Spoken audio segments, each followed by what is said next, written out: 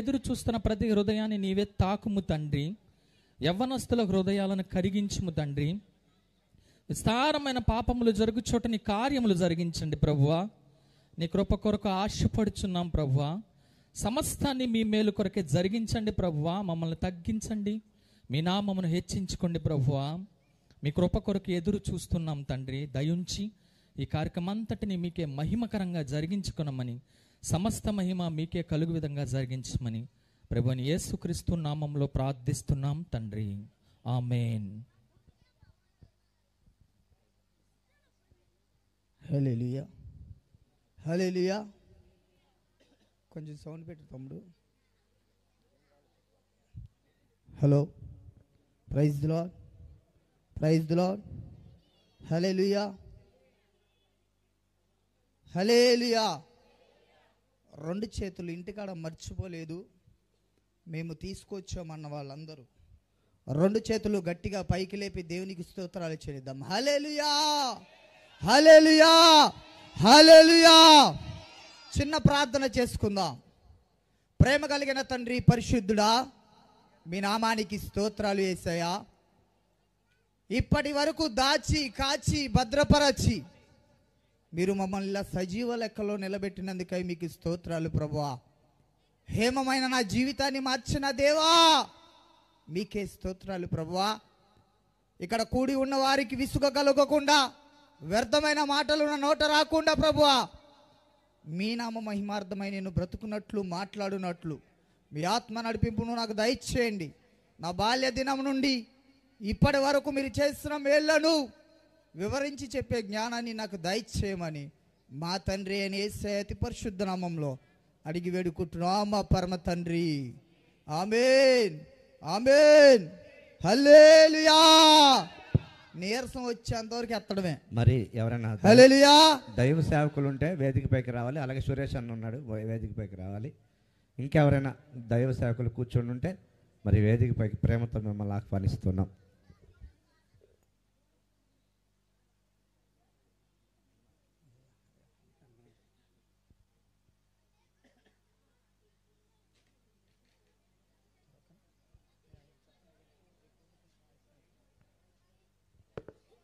హల్లెలూయా,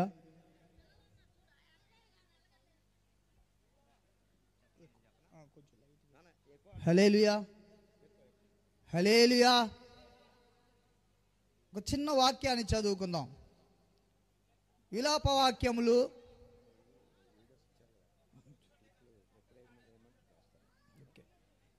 3వ అధ్యాయము 27వ వచనం చదవండి.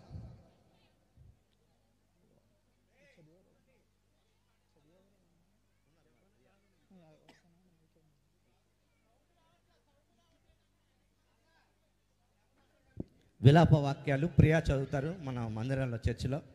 మరి బిందు ప్రియా ముందుకు వచ్చినట్లయితే మరి రెఫరెన్స్ చదువుతారు మైక్లో. త్వరగా రావాలి. విలాప వాక్యాలు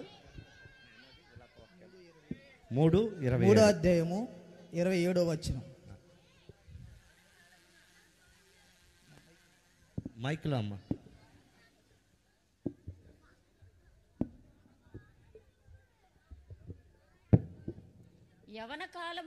యవ్వన కాలమున దేవుని కాడిమోయిట నరునికి మేలు. చాలమ్మా.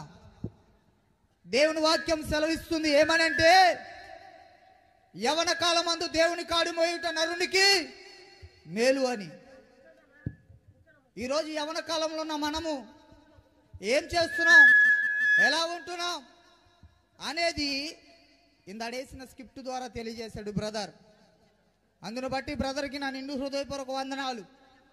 ఈ సమయం ఇచ్చిన దైవజనులకి, కుడి ఉన్న సంఘానికి, ప్రత్యేకంగా నన్ను ఇక్కడ నిలబెట్టిన నా దేవాతి దేవునికి నా నిండు హృదయపూర్వక వందనాలు తెలియజేసుకుంటున్నాను.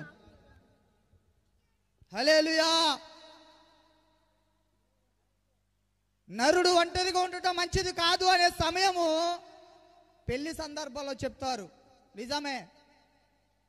కానీ నరుడు ఒంటరిగా ఉండటం మంచిది కాదని పెళ్లి సమయంలోనే కాదు, ప్రతి సమయంలో మనం అర్థం చేసుకోవాలి. ఎందుకంటే ఒంటరిగా ఉండటం వల్ల అపవాది మనల్ని అనేక రకాలుగా లాక్కెళ్తా ఉంటుంది.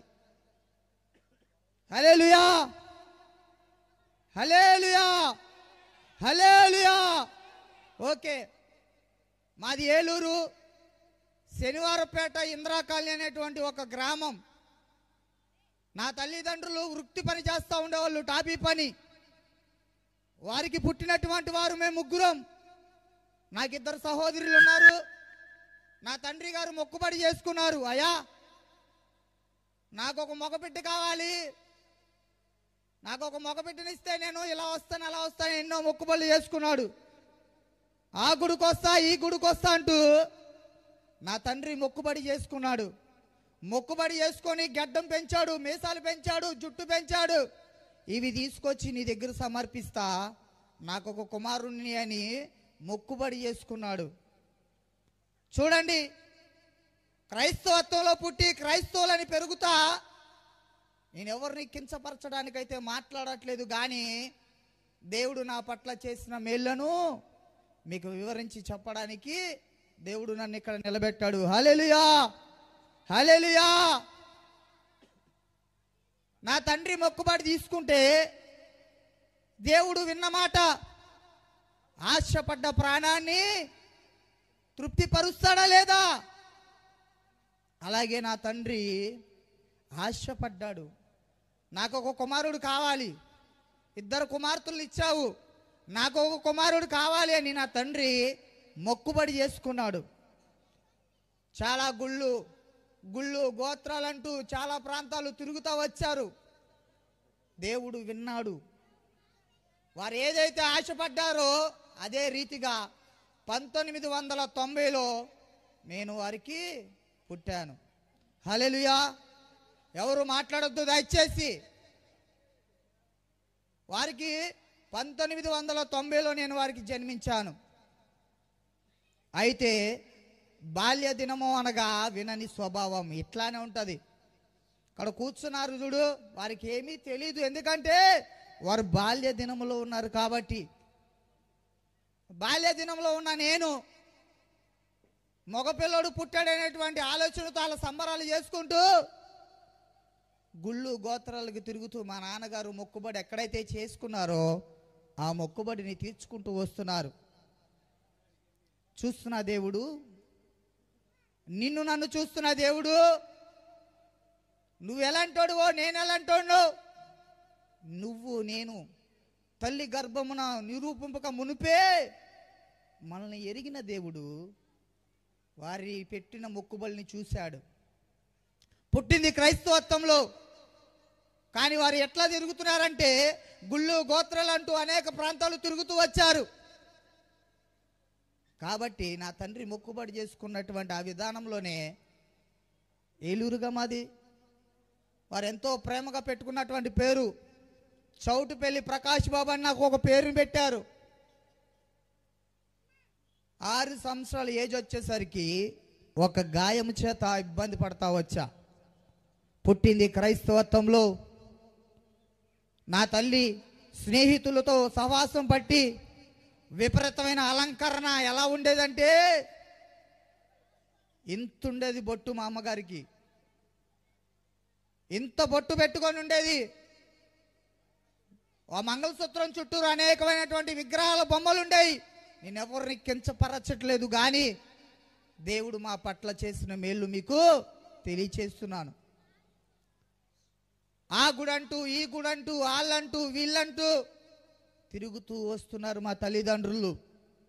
క్రైస్తవత్వంలో పుట్టి క్రైస్తవత్వంలో పెరిగి నా తల్లిదండ్రులు చేస్తున్నటువంటి పనులు బట్టి ఒక గాయం ఏర్పడింది నాకు. 6 సంవత్సరాల ఏజ్ ఉంటుంది. ఆనాడు నాకు తెలీదు. నేను రక్షణ తీసుకున్నాక నా తల్లిని అడిగామా, అసలుకి నేను మీకు ఎలా జన్మించాను, మీకు ఎలా పుట్టాను, నా బాల్యం ఏంటంటే నా తల్లి చెప్పింది నాకు, అయ్యా నీకు ఒక గాయం ఏర్పడింది. ఆ గాయం ఎలా ఉండేదంటే విపరీతమైనటువంటి వాపుతో ఉండేది, చీము రక్తం కారుతా ఉండేది. ఎట్లాంటి వాసన వచ్చేదంటే నీ దగ్గర పొరుగు స్నేహితులు కూడా కూర్చోరు అనేటువంటి విధానంగా నా తల్లి చెప్పింది. నా తల్లిని అడిగాను, అదే అలా ఉన్నా నన్ను, మరి ఈరోజు నేను ఇలా ఎలా ఉన్నానంటే నా తల్లి చెప్తుంది, ఎన్నో గుళ్ళు ఎన్నో ప్రాంతాలు తిప్పాం, ఎన్నో హాస్పిటల్ తిప్పాం, నాటు వైద్యాలకు తిప్పాం. మా వల్ల కాదు అన్నటువంటి వ్యక్తులు ఏలూరు అనేటువంటి పెద్ద హాస్పిటల్లో నన్ను తీసుకెళ్ళి చెక్ చేయించారు, స్కానింగ్ తీపించారు. వారు తెలియజేసింది ఏంటంటే టీబీ అనేటువంటి రోగముతో నీ కుమారుడు బాధపడుతున్నారని నా తల్లిదండ్రులకి తెలియజేశారు. ఈ రోగము 100 మందిలో 99 మందికి ఖచ్చితంగా వచ్చిందంటే 99 మందిలో ఒక్కడు కూడా బ్రతకడు. ఈ టీబీ అనేటువంటి రోగంలో ఇప్పటి వరకు బ్రతికిన వారు లేరు. అటువంటి రోగంతో నీ కుమారుడు బాధపడుతున్నాడంటే నా తల్లి నిలబడి ఇచ్చిన వాడివి నీవే, తీసుకునేవాడివి నీవేనా అని నిలబెట్టలేని పొజిషన్లో ఉంది. ఎందుకంటే నా తల్లి పట్టినటువంటి సవాసాలు అలాంటి. క్రైస్తవత్వంలో పుట్టింది కానీ ఏ రోజు మందిరానికి వెళ్ళలేదు. ఎవరు సహవాసం పట్టమన్నాడు ఈ పరిశుద్ధ గ్రంథంలో? వారి సహవాసం నా తల్లి పట్ల మర్చిపోయింది. నాకు దేవుడే ఇచ్చాడనేటువంటి విషయం మర్చిపోయింది. మర్చిపోయి వారి స్నేహాలు వారనుకుంటూ తిరుగుతూ వచ్చారు. కానీ ఈ గాయం చేత బాధపడుతున్న నన్ను మా ప్రాంత నివాసులు చూస్తూ వచ్చారు. మా ఇంటి ముందల నుంచి కొంతమంది సంఘస్థులు వెళ్తూ ఉండేవారు. ఏలూరులో దుగ్గురాల అనేటువంటి గ్రామంలో ఒక మందిరం ఉండేది, అబ్రహాం అయ్య గారి మందిరం అని. నా తల్లి చెప్తే నాకు తెలుసు. ఎందుకంటే బాల్య దినమనగా నాకు తెలియదు.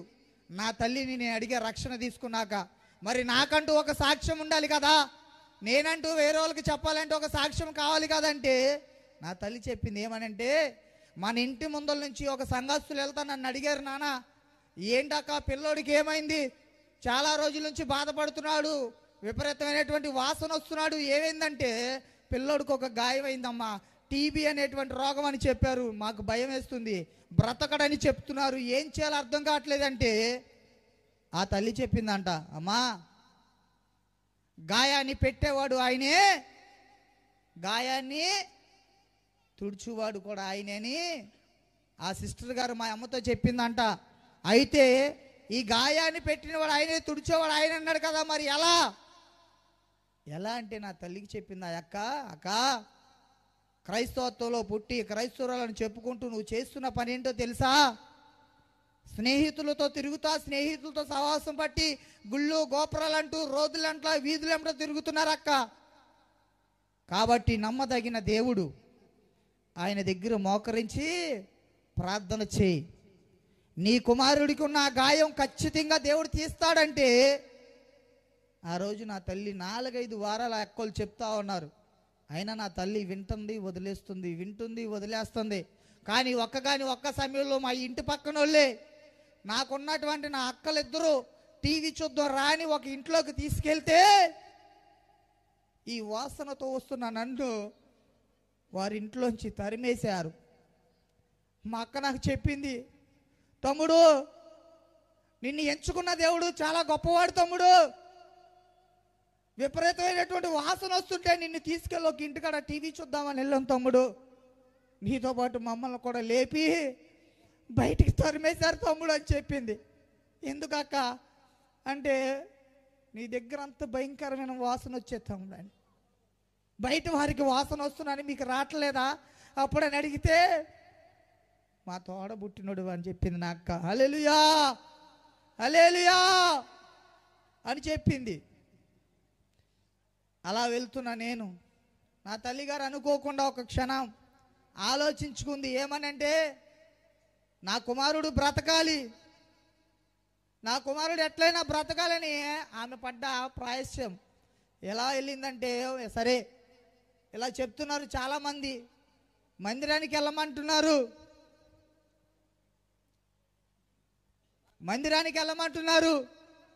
మందిరానికి వెళ్దాం అనేటువంటి ఆలోచనతో నా తల్లి ఒకరోజు ఉదయకాలం 3:30-4 నాకు స్నానం చేపించి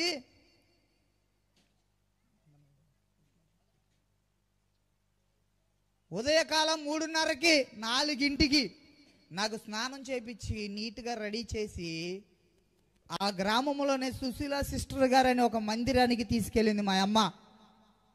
తీసుకెళ్ళి గుమ్మం బయట కూర్చుంది. దేనికో తెలుసా? నా తల్లి అలంకరణ అటువంటిది, సిగ్గు వేస్తుంది దేనికో అని నేను అడిగా. ఎందుకమ్మా అలా కూర్చున్నావు మరి ఆ రోజంటే? మందిరానికి వస్తున్న వారిని చూశాను నానా, వారి అలంకరణ వేరేలా ఉంటుంది, నా అలంకరణ వేరేలా ఉంది అని నా తల్లి చెప్పింది. నేను రక్షణ తీసుకున్నాక అడిగితే, మరి ఎలా వెళ్ళో మందిరంలోకి అంటే, నిన్ను నా ఒళ్ళో కూర్చోపెట్టుకొని గుమ్మం దగ్గర చొప్పులు విడిచే చోట నేను కూర్చున్నా అంది. నువ్వు ఎక్కడ కూర్చున్నా, నువ్వు ఎక్కడ నుంచున్నా, ఈ యంత్రాంగం శబ్దం ద్వారా నీకు వినబడుతున్న మాటలు దేవుడి ప్రవచనం ద్వారా మాట్లాడుతున్న మాటలు. హల్లెలూయా. అదే విధానంగా ఆ రోజు నా తల్లి గుమ్మలో కూర్చొని ఉంది. నన్ను ఒళ్ళో పెట్టుకొని కూర్చొని ఏడుస్తుందంట. ప్రార్థన రాదు. వచ్చి రాని ప్రార్థన దేవుడు ఆలకిస్తాడా లేదా? వచ్చి రాని ప్రార్థన చేస్తుంది నా తల్లి. అదే రోజు 7 గంటల సమయంలో వర్షిప్ జరుగుతుందంట. వర్షిప్లో ఒక తల్లి గారు ఆత్మచేత నింపబడి మాట్లాడుతుందంట. ప్రభువుకి నన్ను అప్పగిస్తున్నామే. నా తల్లి చెప్తే నాకు తెలిసింది, నేను మీకు తెలియజేస్తున్నాను. ఏమనంటే, నా కుమార్తె వచ్చింది. నా కుమార్తె ఏదైతే వచ్చిందో, దేని కొరకైతే వచ్చిందో దాన్ని నువ్వు విను. ఆమె ఏదైతే అడుగుతుందో ఆమెకి తగ్గ ఫలాన్ని ఇవ్వు అని ఒక సిస్టర్ గారు ఆత్మచేత నింపబడి మాట్లాడుతుందంట. నన్ను ఎవరికి అప్పగిస్తుంది? దేవునికి అప్పగిస్తున్నామా? అయితే అదే విధానంగా నా తల్లి 3 వారాలు వెళ్ళింది, 4 వారాలు వెళ్ళింది. 5వ వారం వచ్చేసరికి నా తల్లి తీర్మానం చేసుకుంది. ఏమనంటే, అయ్యా, నా కుమారుడికి నా గాయాన్ని తీసివే ప్రభువా, నా కుమారుడు బ్రతకాలి, నా కుమారుడు మాకు కావాలి. ఆయన గురించి ఎన్నో గుళ్ళు గోత్రాలన్నీ తిరిగాం. ఏ గుడి గోత్రాలు మాకేది న్యాయం చేయలా. ఏ దేవుడు మమ్మల్ని కాపాడలా అని నా తల్లి మొక్కుబడి చేసుకుందంట. హల్లెలూయా. కీర్తనల గ్రంథము 95వ అధ్యాయము 3వ వచనం.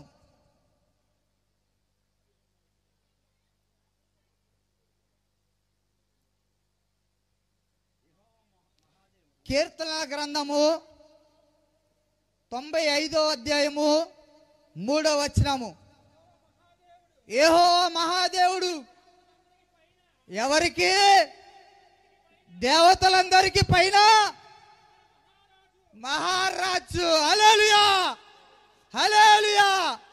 ఎన్నో గుళ్ళు గోత్రాలు తిప్పాము కానీ ఏ దేవుడు వినలా, ఏ దేవత కరుణించలా. కానీ ఈ గాయానికి చెప్పిన సమాధానం ఏంటో తెలుసా? నా తల్లి మొక్కుబడి పెట్టుకుంది. ఏమనంటే, ప్రభువా, నా కుమారుడికి పెట్టిన ఈ గాయముని తీసివేసి నా కుమారుని సజీవ లెక్కలో నిలబెడితే నా కుటుంబం మొత్తం నీ మందిరంలో సాగిలపడి ప్రార్థిస్తామని నా తల్లి మొక్కుబడి పెట్టుకుంది. విన్నవాడు, ఇందాడ బ్రదర్ చెప్పాడు, విన్నారా? విన్నవాడు ఉన్నవాడు అనువాడను నేనే. ఆ ప్రార్థన నా తండ్రి 6వ వారం వచ్చేసరికి గాయం పొడి మారిపోయింది. హల్లెలూయా. విపరీతమైనటువంటి రక్తం చీమితో కారుతున్న ఈ గాయము ఇంకొక గాయాన్ని చేసుకొని మొత్తం వచ్చేసి పొడి మారిపోయింది. ఇంతలా ఉండాల్సిన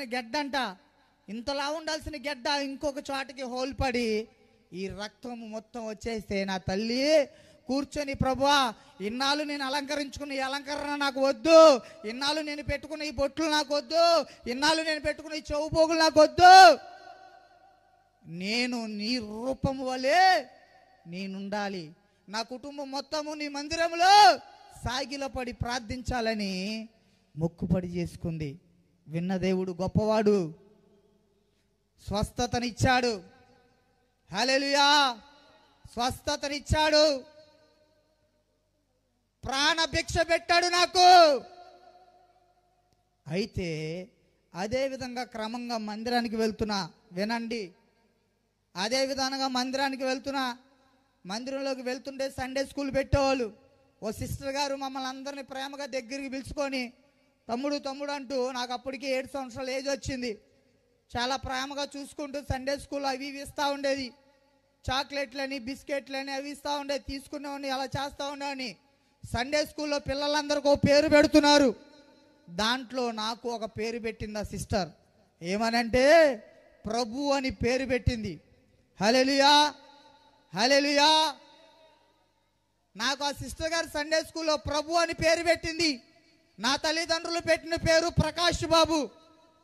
ఆ సిస్టర్ గారు ప్రభు అని పేరు పెడితే నేను 8 సంవత్సరాల ఏజ్ వచ్చేసరికి దాన్ని ప్రభు దేవగా మార్చా. చూడండి, ప్రభు దేవగా మార్చి లోకం మీద ఉన్నటువంటి డ్యాన్స్ మాస్టర్ని ఎంచుకున్నా నేను.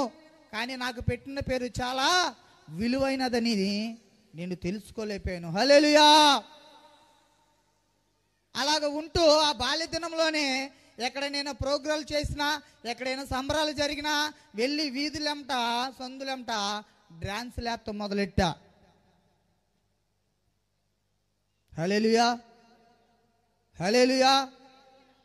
డ్యాన్స్ లేస్తా మొదలెట్టా. ఆ బాల్య దినం గడుస్తా గడుస్తా గడుస్తా యవ్వన కాలం వచ్చింది. హల్లెలూయా, యవ్వన కాలం వచ్చింది. యవ్వన కాలం మందు దేవుడు ఏం చేయమన్నాడు? కాడి ముయ్యమంటున్నాడు. యవ్వన కాలం వచ్చింది, యవ్వన కాలం వచ్చింది. యవ్వన కాలం వచ్చేసరికి దేవుడు నాకు ఒక తలంపు ఇచ్చాడు ఆ సండే స్కూల్లో. ఏం తలంపో తెలుసా? వాయిద్యాలు వాయించే తలంపు. కంజీరు వాయించేవాడిని. కంజీరు నుంచి సైడ్ కంజీరు వాయించా, సైడ్ కంజీరు నుంచి డ్రమ్ము వాయించా, డ్రమ్ము నుంచి కాంగో వాయించా, కాంగో నుంచి జాస్ కిట్ వాయించా, కిట్ నుంచి ఫ్యాడ్. అలాగా ఈ యొక్క దేవుడిచ్చిన తలంపులు మందిరాల్లో వాడుతూ వస్తున్నా. మందిరంలో దైవజనుడు నిలబడే ఈ బలిపీఠం మీదే పక్కన నాకు ఒక స్థానం ఇచ్చేవారు. దేని కొరకంటే వాయిద్యాలు వాయించడానికి. దేవుడు నాకు ఇచ్చిన తలంపు దైవజనుడు పక్కన కూర్చొని వాయిద్యాలు వాయించే తలంపిస్తే యవ్వన కాలం వచ్చేసరికి దృష్టి మారిపోయింది. వినండి యవనస్తులారా, యవ్వన కాలం వచ్చేసరికి దృష్టి మళ్ళీపోయింది. బలిపీఠం మీద ఉన్నాననేటువంటి ఆలోచన లేదు. బలిపీఠం మీద ఒక దైవజనుడు పక్కన కూర్చున్నటువంటి ఆలోచన స్వభావం లేదు. నా కను దృష్టితో పాపము వలె చూస్తున్నాను మనుషుల వైపు. ఎచ్చు ఎలాగంటే జుట్టు పెంచుకొని ఉండేవాడిని, డ్రమ్స్ కొట్టమంటే ఎలా అంటా ఉండేవాడిని, మనుషుల వైపు చూస్తూ ఉండేవాడిని. ఎక్కి రకం వేమోకపు చూపుతో ఆ మందిరంలో వస్తూ ఉంటే దైవజనుడు ఊరుకుంటాడా? ఊరుకుంటాడా? దైవజనుడు ఊరుకుంటాడా? దేవుడు ఏమని వాక్యం సెలవిస్తుందంటే, నా మందిరానికి వచ్చేటప్పుడు వణుకుతూ భయము భక్తితో రమ్మంటే ఏ భయము భక్తి లేకుండా మందిరానికి వచ్చావాని వాయిద్యాలు వాయించాల్సిన స్థలంలో కూర్చొని వేమోకపు అనేటువంటి చూపు స్త్రీల వైపు పడి విచ్చలవిడిగా చూస్తూ ఉండేవాడిని. హల్లెలూయా.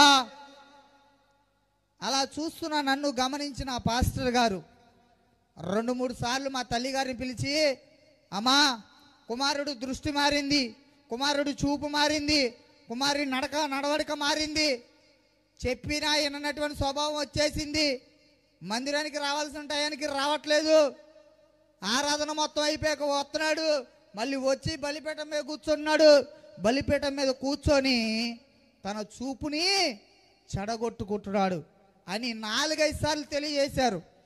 మందిరం ఏదైనా పని జరిగితే బండి ఇస్తే బండి వేసుకొని వెళ్ళిపోయి ఎక్కడో 4-5 గంటలు తిరిగి వస్తాడు. ఇలా అయితే ఎలాగని తెలియచేసి మా అమ్మగారికి 4-5 సార్లు చెప్పారు. అయ్యగారు చెప్పిన తర్వాత ఏం చేయాలి ఏంటో మాకు తెలియట్లేదయ్యా అన్నారు. అన్న తర్వాత ఏం చేసేది ఏం లేదమ్మా, యవ్వన కాలం కదా, మనం చెప్పిన వినడో తానంతటా తానే తెలుసుకుంటాడు అని ఆ దైవజనుడు చెప్పారు. అనుకోని సందర్భాల్లో టాపీ పని చేస్తున్న నా తండ్రి గారికి ఏపీఎస్బి ఆక్టోపస్లో జీప్ కమాండర్గా జాబ్ వచ్చింది. బేగంపేట్ మాకు ఒక క్వార్టర్స్ ఇచ్చారు. క్వార్టర్స్లోకి వెళ్ళాం. అక్కడ ఒక మందిరానికి వెళ్తున్నా నేను. ఆ మందిరంలో అమ్మగారు నన్ను ప్రేమగా పిలిచి అడిగితే నాకు దేవుడు ఒక తలంపు ఇచ్చాడు, వాయిద్యాలు వాయిస్తానన్నా. వాయిద్యాలు వాయించడానికి మళ్ళీ నేను ఎక్కడెక్కాలి? బలిపీఠం దగ్గరికి ఎక్కాలి. చెడిపోయిన కళ్ళు బాగుపడతాయా? బాగుపరుస్తాడు దేవుడు. ఎందుకంటే యవ్వనంలో ఉన్నాను కదా, ఎవరు చెప్పినా వినని స్వభావం కదా. మళ్ళీ అదే బలిపీఠం మీద కూర్చొని వాయిద్యాలు వాయిస్తా, అదే ఆలోచనలు, అదే చూపు. గమనించండి, మందిరానికి వస్తున్న యవనస్తులారా, మీ చూపు అపవాది ఎన్నోసార్లు చెడగొడతా ఉంటుంది, జాగ్రత్త. అలా ఉంటున్న నన్ను గమనించిన ఆ సిస్టర్ గారు నా తల్లి గారిని పిలిచి చెప్పింది ఏమనంటే, మీ కుమారుడు చూపు, మీ కుమారుడి ఆలోచన, మీ కుమారుడి నడవడిక, మీ వాడి ప్రవర్తన ఏది బాగోలేదు. కాబట్టి మందిరానికి పంపించేటప్పుడు శ్రద్ధగా వస్తే రమ్మను, లేకపోతే లేదు అంటే అని చెప్పేది ఏంటన్న. చూడండి, అలా గమనించి 4-5 సార్లు వార్నింగ్ ఇచ్చారు. 21 సంవత్సరం వచ్చింది. నేను అదే విధంగా చదువు మానేసి టాపీ పనికంటూ వెళ్ళా. టాపీ పనిలో కొన్ని ప్లేస్లోంచి 5వ ఫ్లోర్లోంచి పడిపోయా. కానీ దేవుని కృప నా పట్ల ఎంతో మెరుగై ఉన్నది. చూడండి, 5వ ఫ్లోర్లోంచి డైరెక్ట్ రోడ్డు మీద పడ్డ సిపాయి మధ్యలోకి దూరి 5వ ఫ్లోర్లోంచి తీసుకొస్తుంటే డైరెక్ట్ ఊడి కింద పడ్డా. దేవుని కృప నన్ను ఇక్కడ నిలబెట్టింది. ఊపిరి అందలా, 1.5 గంట ఊపిరి అందలా. అక్కడ ఉన్నవారు చెప్పారు. అలా ఉన్న నన్ను దేవుడు చిన్నగా నన్ను తట్టుతుంటే నేను త్రోసివేస్తున్నా. చూసి వీడికి ఇలా అయితే కాదు, మనం ఎంత చెప్పినా విననోడికి ఏదో ఒకటి చెయ్యాలని నాకు ఏలూరు, హల్లెలూయా, హనుమాన్ జంక్షన్, నరసనపాలెం అక్కడ మా రిలేషన్ ఒక కుమార్తెనిచ్చి 2010లో నాకు పెళ్లి చేశారు. 2010లో నాకు పెళ్లి చేశారు. పెళ్లి చేస్తే వీడికున్న ఆలోచనలు మారితే, వీడు నడిచే నడక మారిద్ది, వీడి ప్రవర్తన మారిద్ది, దేవుని యందు భయభక్తులు కలిగి ఉంటాడని నాకు పెళ్లి చేస్తే శరీర ఆశలు పెరిగిపోయినాయి. హల్లెలూయా. చూడండి, లోకం మీద పడిపోయా. చెడు దృష్టి, చెడు ఆలోచన, చెడు నడక, ఎవరు చెప్పినా వినట్లేదు, నీదేదో నువ్వు చూసుకో అంటున్నా. ఆ ఏరియాలో వేరే వాళ్ళని నేనేదో అంటే నన్ను కొట్టడానికి వచ్చారు వాళ్ళు. అది చూసిన నా తల్లి, నువ్వు ఇంకెక్కడికి బాగుపడలేవు, నీకు కాళ్ళు చేతులు పట్టుకొని దండం పెడతానయ్యా, కాబట్టి ఎక్కడి నుంచి నువ్వు వెళ్ళిపో మన విజయవాడ ప్రాంతానికి, ఇది హైదరాబాద్, జాగ్రత్తగా ఉండాలి, ఎవరిని పడితే ఏది పడితే అంటే ఎవరో ఊరుకోరు అని నా తల్లి నన్ను ఖండించి పంపించేసింది విజయవాడ వచ్చా. ఎనికేపాడు గ్రామంలో మా తాతగారు ఉన్నటువంటి ఓల్డ్ స్థలం ఒకటి తీసుకున్నాం. ఆ స్థలంలో ఇల్లు కట్టుకొని అక్కడే నివాసం ఉంటున్నాం. విజయవాడ ప్రాంతానికి వచ్చా. నా భార్యకి నా తల్లికి చిన్న వివాదంలో నా భార్య అంటది, అయ్యా మీ అమ్మకి నాకు పడట్లేదు. ఉన్నారు ఇక్కడ కూడా దయ్యాలు, కొడుకుని తల్లికి దూరం చేయడానికే ఉంటారు అలా అని చెప్పి నన్ను మీ అమ్మను విడిచిపెట్టి వచ్చేస్తే మా ఇంటికి వెళ్దాం అంది. అలిగి అత్తగారింటికి, చెడు చెల్లింటికి వెళ్ళకూడదు అన్నట్టుగా. మీ అందరికీ తెలుసు, నోరెప్పరు అని చెప్పారు. కానీ నా తల్లి అంటే నాకు చాలా ఇష్టం. నా తల్లితో నేను చెప్పుకున్నామా, తన వల్ల నీకేదైనా ఇబ్బంది అంటే లేదు నాన్న, తను నిన్నేమైనా అందంటే లేదు నాన్న, తన వల్ల నీకేదైనా ఇబ్బంది కలుగుతుందంటే లేదు నాన్న అంది. నేను నా భార్య దగ్గరికి వచ్చి అడిగితే ఏముందో తెలుసా? అవును, ఇబ్బంది, నష్టమే, కష్టమే ఉంది. ఓకే, నువ్వు ఎలా అంటే అలాగని చెప్పి నా భార్యను తీసుకొని హనుమాన్ జంక్షన్లో వాళ్ళ ఊరెల్లా ఇంకో ఊరు తీసుకెళ్ళి ఆ ఊరిలో 500కి ఒక రూమ్ తీసుకున్నా.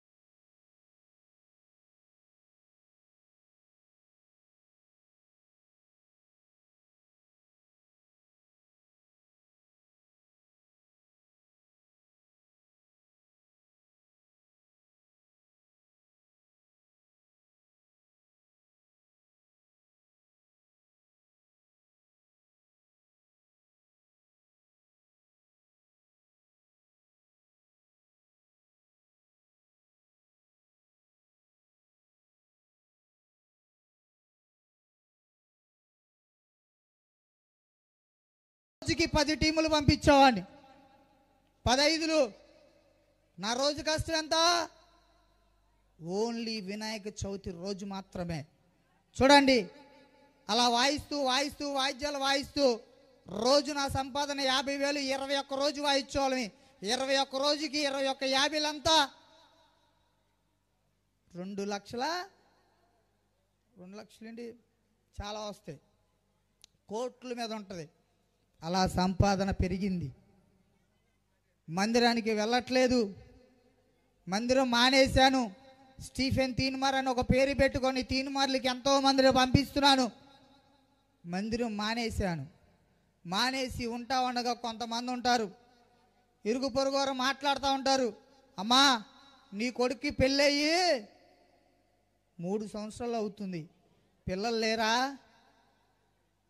పిల్ల ఎవరు లేరా అంటే నా భార్య నన్ను అడిగింది. ఏమనంటే, మనుషులు ఏదేదో మాట్లాడుతున్నారు బావా, నాకేం అర్థం కావట్లేంటే నేను వచ్చి తనతో చెప్పానమ్మా, మనుషులు అలాగే మాట్లాడతారు, పట్టించుకోమాక, దేవుడు ఉన్నాడు మన పక్షాన అని చెప్పి ఆ ఏరియాలో ఉన్నటువంటి ఒక మందిరానికి వెళ్ళాం. మందిరానికి వెళ్ళి 2013లో మోకరించి ప్రార్థించాం నేను నా భార్య. ప్రభువా, మా ఇద్దరి మధ్యన ఒక బహుమానాన్ని ప్రభు అని అడిగితే 2014లో నాకు ఒక కుమారుని ఇచ్చాడు. తన పేరు జాన్ వెస్లీ అని పెట్టుకున్నా. నేను నిర్ణయించుకున్నటువంటి నిర్ణయం ఏంటో తెలుసా? నువ్వు ఏదైతే మొదటగా నాకు ఇస్తావో దాన్ని నీకు సమర్పిస్తా, నీ సేవలో అర్పిస్తా అని చెప్పి అడిగితే నాకు 2014లో ఒక కుమారుని ఇచ్చాడు. జాన్ వెస్లీ అని పేరు పెట్టాను. మందిరానికి 1 సంవత్సరం వెళ్ళా, మళ్ళీ మానేసా. ఈ తీన్మార్ల అడవుల్లో పడిపోయి విచ్చలవిడిగా వెళ్తా ఉన్నా. 2018 వచ్చేసరికి లోకం మీద పడిపోయా. కొంతమంది నాకు జ్ఞాపకం చేసిన మాటలు ఏంటో తెలుసా? మావా, తీన్మార్లో ఎంతో సంపాదించావు మాయా, బోళ్ళంతా సంపాదించావు, కానీ నీ దగ్గర ఒకటే లేదు. ఏంటంటే ముందు సిగరెట్ పట్టుకుంటే నీ వ్యసనం, ముందు తాగు, సిగరెట్ తాగు మాయా, ఎట్ట ఉంటో తెలుసా అన్నాడు. అవునా, ఎలా ఉంటారంటే, మేము ఇప్పుడు ప్రోగ్రాం వాయిస్తున్నాం చూసా, అప్పుడు నేను తాగేవాడిని కాదు. వాడు చెప్తాడు, ఇప్పుడు నేను ప్రోగ్రాం వాయిస్తున్నా, ఎంతసేపు వాయిస్తున్నా, నువ్వు బాగానే వాయిస్తున్నారా, అంతకు బాగా వాయిస్తావు, ఒకసారి తాగన్నాడు. వాడు సరదాగా అన్నమాట, నేను సీరియస్గా తీసుకున్నా. జాగ్రత్త, సీరియస్గా తీసుకొని పొద్దున్నుంచి సాయంత్రం వరకు 7 పెట్టెలు సిగరెట్లు కాల్చేవాడిని. చూడండి, విజువల్ ఉంటాయి. ఏడు పెట్లు సిగరెట్లు, విపరీతమైనటువంటి మత్తు, ముందు రోజుకి 3-4 ఫుల్లులు. స్నేహితులు పెరిగారు, రాజకీయ నాయకులు పెరిగారు, ఎమ్మెల్యేలతో పరిచయం ఉంది, సినీ యాక్టర్లతో పరిచయం ఉంది, పార్టీ నాయకులతో పరిచయం పెరిగింది. ఈ తీన్మార్లకు వెళ్తా ఉండగా వారి నెంబర్ తీసుకొని, అన్నా నేను ఎప్పుడైనా నాకు ఏదైనా అవసరం అయితే ఫోన్ చేస్తా వస్తారంటే మేము ఉన్నాంగా తమ్ముడు అన్నారు. నిజం. అదే విధానంగా నా యనమాల బలగం పెరిగింది. నా దగ్గర తీన్మార్కు వస్తున్న వీరిని కొన్ని సందర్భాల్లో వాడుకుంటూ మొదలెట్టా. చూడండి, ఈ వ్యసనం అలవాటు అయ్యేసరికి డబ్బు ఉంది నా దగ్గర, చెప్పలేనంత ఉంది. ఈ డబ్బుతో అహంకారం, గర్వం పెరిగిపోయింది. ఈ గర్వం, అహంకారం ఎక్కడికి వెళ్ళిద్ది? చూడండి, స్నేహితుల సావాసం బట్టి వెలని గుడులకి, గోత్రాలకి వెళ్ళా. ఒక అఘోరిగా అలంకరించుకొని యనమల కూతురుని దడ పుట్టిచ్చేశా. నిజం. నాతో ఫోటోలు దిగడానికి వేలాది సైన్యం వచ్చేవారు. స్టీఫెన్ అనేటువంటి పేరుకి స్టీఫెన్ MRPS అని పేరు పెట్టా. కులబేరి లేపేస్తున్నా. గజ్జి పట్టింది, కులగజ్జి. ఒక విచిత్రమైనటువంటి రూపాన్ని అలంకరించుకొని ఆ అలమ కూతురులో వెళ్తా ఉంటే మనుషులు చూస్తా, అన్న ఒక సెల్ఫీ, అన్న ఒక సెల్ఫీ, అన్న ఒక సెల్ఫీ అంటూ దిగుతుంటే వారిని అలుసుగా తీసుకున్నా. అదే విధానంగా ఈ యవనస్తులందరినీ చెడగొట్టడానికి కొంతమంది స్నేహితులను ఎంచుకున్నా. మై లైఫ్ అని ఉంటుంది ఫాలోవర్. చిన్న చిత్తకాని లేదు, ఏజ్తో పని లేదు. అన్నాని పలకరించడానికి వస్తే వారికి వ్యసనాలను అలవాటు చేశా. నిజం. ఈరోజు మొన్న ఒక తమ్ముడు వచ్చాడు, అన్నా నా పుట్టినరోజు అన్న, ఒకసారి మిమ్మల్ని కౌగిలించుకోవాలన్నా అన్నాడు. నేను అడిగాను, ప్రభువా ఒకప్పుడు చెడగొట్టాను, ఇప్పుడు వీడి తలంపుని నేను ఎలా మార్చగలను అడిగి. తాగరా తమ్ముడు, నీకు నచ్చినట్టు ఎంజాయ్ చేయరా, అది తాగు ఇది తాగు అని ఎన్నో ఇప్పించాను. డబ్బు సంపాదించడానికి వారిని అనేకమైనటువంటి ప్లేసులకి తీసుకెళ్ళాను. కౌగులించుకొని, అన్నా నిన్ను చూస్తుంటే ఆనందంగా ఉంది, నిన్ను మార్చిన దేవుడు నన్ను ఎప్పుడు మారుస్తాడన్నా అని అడిగాడు.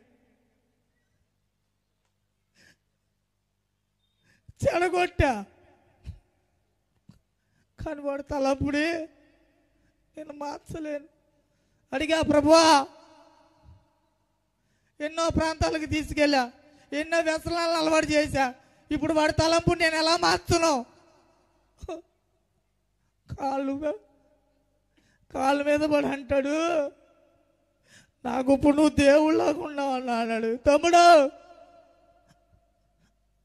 నేను కాదు దేవుణ్ణి, నా జీవితాన్ని మార్చిన దేవుడు నీ జీవితాన్ని కూడా మారుస్తాడు. మొర్రపెట్టు తమ్ముడు, నీ తలపుల్ని నేను మార్చలేనురా. ఈ పరిశుద్ధ గ్రంథంలో రాయబడి ఉంది, మానవుని తలంపులు చెడ్డవని. నేను ఎలా మార్చగలను తమ్ముడు అని వాడిని కౌగులించుకొని చెప్పా. చూడండి, ఎన్నో అలవాటు చేశాను కానీ వాడిని మార్చలేకపోయా. కానీ వాడికి సువార్త మాత్రమే ప్రకటించా. హల్లెలూయా, హల్లెలూయా. ఎంతోమంది తన తల్లిదండ్రులు కూడా వచ్చాయా, ఈ 2 చేతులు పెట్టి దండం పెడతాం. మా పిల్లల్ని ఎక్కడికి తీసుకెళ్ళొద్దంటే గర్వం, అహంకారం, తాగేసి విచ్చలవిడిగా ఎలా పడతారు, మీ పిల్లాడిని నువ్వు తెచ్చుకో అనే విధంగా మాట్లాడే తల్లి. ఆ తల్లి మొన్నంటుంది, నువ్వు మారిపోయావు, నువ్వు వెళ్ళిపోతున్నావు మందిరానికి, మరి నువ్వు చెడగొట్టిన వీడిని ఎందుకు ఇలా వదిలేసావంటే ఆ తల్లికి చెప్పలేకపోయామా. నన్ను తాకిన దేవుడు, నన్ను పిలుచుకున్న దేవుడు ఏదో ఒక రోజు నీ కుమారుని కూడా పిలుస్తాడు. అని ఆ తల్లికి ధైర్యం చెప్పి వెళ్ళిపోయా. ఆ తల్లి అంది, నానా ఎలాగైనా ఉండు, ఇప్పుడైనా లోకం వైపు చూడొద్దు నానా. నేను రక్షణ తీసుకొని 20 సంవత్సరాలు, నువ్వు నమ్ముతావు లేదో, వాడి గురించి ఎన్నో ప్రార్థనలు చేశా, ఎన్నో ప్రార్థనలు పెట్టించుకున్నా, కానీ వాడి తలంపుని నేను మార్చలేకపోతానంటే నేను ఆమెకి చెప్పాను, తలంపులు తపనయ్యు అన్నీయు ఎరిగి ఉన్నావు, నడచినాను పడుకున్నాను అయ్యా నీ ఎరిగి ఉన్నావు, నడచినాను పడుకున్నాను అయ్యా నీ ఎరిగి ఉన్నావు. ధన్యవాదం యేసు రాజా, ధన్యవాదం యేసు రాజా, నన్ను చూచువాడా, నిత్యం కాచువాడా. హల్లెలూయా. తన తలంపుల్ని తన నడకని చూస్తున్నాడమ్మా. భయపడొద్దు, నేనే తీసుకెళ్ళి చెడగొట్టా, నేనే తీసుకెళ్తా తమ్ముణ్ణి. నాకు కొంత సమయాన్ని ఇస్తామంటే ఒకగానొక సమయంలో దండం పెట్టి నా కుమారుని ఎక్కడికి తీసుకెళ్ళొద్దని ఆ తల్లి ఈరోజు నువ్వు ఎక్కడైనా ప్రార్థనకి వెళ్తే తీసుకెళ్ళినానని నా వెంబడి పంపిస్తుంది. హల్లెలూయా. అలా వస్తా ఉన్నా విపరీతమైనటువంటి డ్రింకర్గా మారిపోయా. విచ్చలవిడిగా ఎలా పడితే అలా తాగుతున్నా. ఎనికేపాడులో అలంకార బార్ అని ఒకటి ఉంటుంది, 48 లక్షల రూపాయల తాగుడు తాగేసాం. దాంట్లో సైన్యం, జనం, బలగం అంటూ ఎగస్ట్రాలకి వెళ్ళిపోయా. చూడండి, రోజు నా పక్కన ఎప్పుడు 50 మంది ఉండేవాళ్ళు. ఎనికేపాడు లారీ స్టాండ్లో ఫుడ్ కోర్ట్ ఉండేది. అలంకార బార్ అనేటువంటి ఆ బార్లో పద్ధత్మాన వీడికో 10,000 ఇచ్చి వెళ్ళి తెచ్చే అని పంపిస్తా ఉండేవాడిని. 48 లక్షల రూపాయలు తాగుడు తాగాం. డబ్బు మొత్తం అయిపోతుంది. ఎవరో వస్తారు, ఎవరైనా కొట్టాననుకో ఫోన్ చేసావు, నాన్న నన్ను పలానా స్టేషన్కి తీసుకొచ్చారని. వారు ఫోన్ చేసేవాళ్ళు, తమ్ముడు ఆ తమ్ముడు మనోడే తీన్మార్ వాయిస్తాడు 5 అని చెప్తే వారు కూడా కొన్ని ఈవెంట్లో చూసి అవును వీడు తీన్మార్ వాయిచ్చోడే, నీకెందులో ఈ గొడవలు అయ్యి అని చెప్పి నన్ను హెచ్చరించి పంపించేసేవాళ్ళు ఇంటికి. వారు నాకేం చెప్పేవాళ్ళు, జాగ్రత్త చెప్తే నేను ఎవరికి ఫోన్ కొట్టినా 10 నిమిషాల్లో బయటకు వస్తాయనే గర్వం పెరిగిపోయింది. చూడండి, గొడవలు విచ్చలవిడిగా గొడవలు పడడం, ఎవరిని పడితే వాడిని కొట్టడం, ఎవరిని పడితే వాడిని తిట్టడం, వ్యసనాలు అలవాటు అయిపోయింది. అన్నిటికీ లోబడిపోయా. నా తల్లి అంటుంది, అయ్యా నీ కాళ్ళు చేతులు పట్టుకుంటా నానా, నీకు ప్రాణభిక్ష పెట్టిన దేవుని విడిచిపెట్టి నువ్వు లోకం మీద తిరుగుతున్నావు, జాగ్రత్త జాగ్రత్త జాగ్రత్త అని నా తల్లి ఎన్నోసార్లు చెప్పింది. కానీ వినలా. కుర్రాలను వేసుకొని రోజు తిరిగేవాడిని. నైట్ అయితే బస్ స్టాండ్, రైల్వే స్టేషన్కి వచ్చి ఏది కావాలో అక్కడ తాగి మళ్ళీ వస్తా ఎవరిని పడితే వారిని కొట్టడం, ఎవరిని పడితే వారిని తిట్టడం. మా ఏరియాలో పొద్దున పూట తమ్ముడు స్టీఫెన్ అంటే అన్నా అనేవాడిని, సాయంత్రం వెళ్ళేసరికి అదే మనిషి స్టీఫెన్ అంటే ఏంట్రా అనేవాడిని. చిన్న పెద్ద లేదు, లోపల ఉన్నటువంటి మత్తు చిన్న తరానికి పెద్ద తరానికి విలువ ఇవ్వట్లేదు. నిజం, మనం అలవాటు పడ్డ ఆ డ్రగ్స్ మనల్ని మోసం చేస్తాయి, కించపరుస్తాయి, బలహీనుని చేస్తాయి. నా తల్లి ఎన్నోసార్లు అయ్యా నీ 2 కాళ్ళు పట్టుకుంటా నాన్న, దేవుడు మంచి భార్యనిచ్చాడు, మంచి కుమారునిచ్చాడు, ఈ విధానంగా సంపాదిస్తున్నావు, ఈ సంపాదన వ్యర్థమే అంటుంది.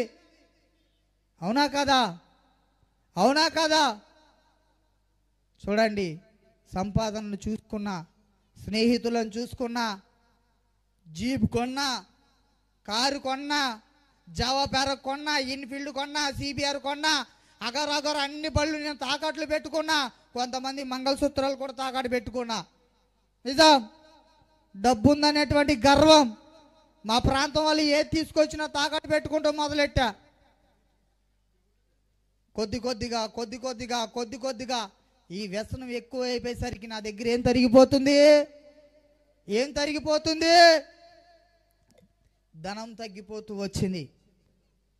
అలా తగ్గిపోతూ వస్తే నా భార్య ఒకరోజు అనుకోకుండా 2 చేతులు పట్టుకొని అడిగిద్దయ్యా, ఈ ఉన్న డబ్బు మొత్తం అవి చేస్తే మనకంటూ ఏమీ ఉండదు, మనకున్న కుమారుడికి ఏమీ ఉండదు.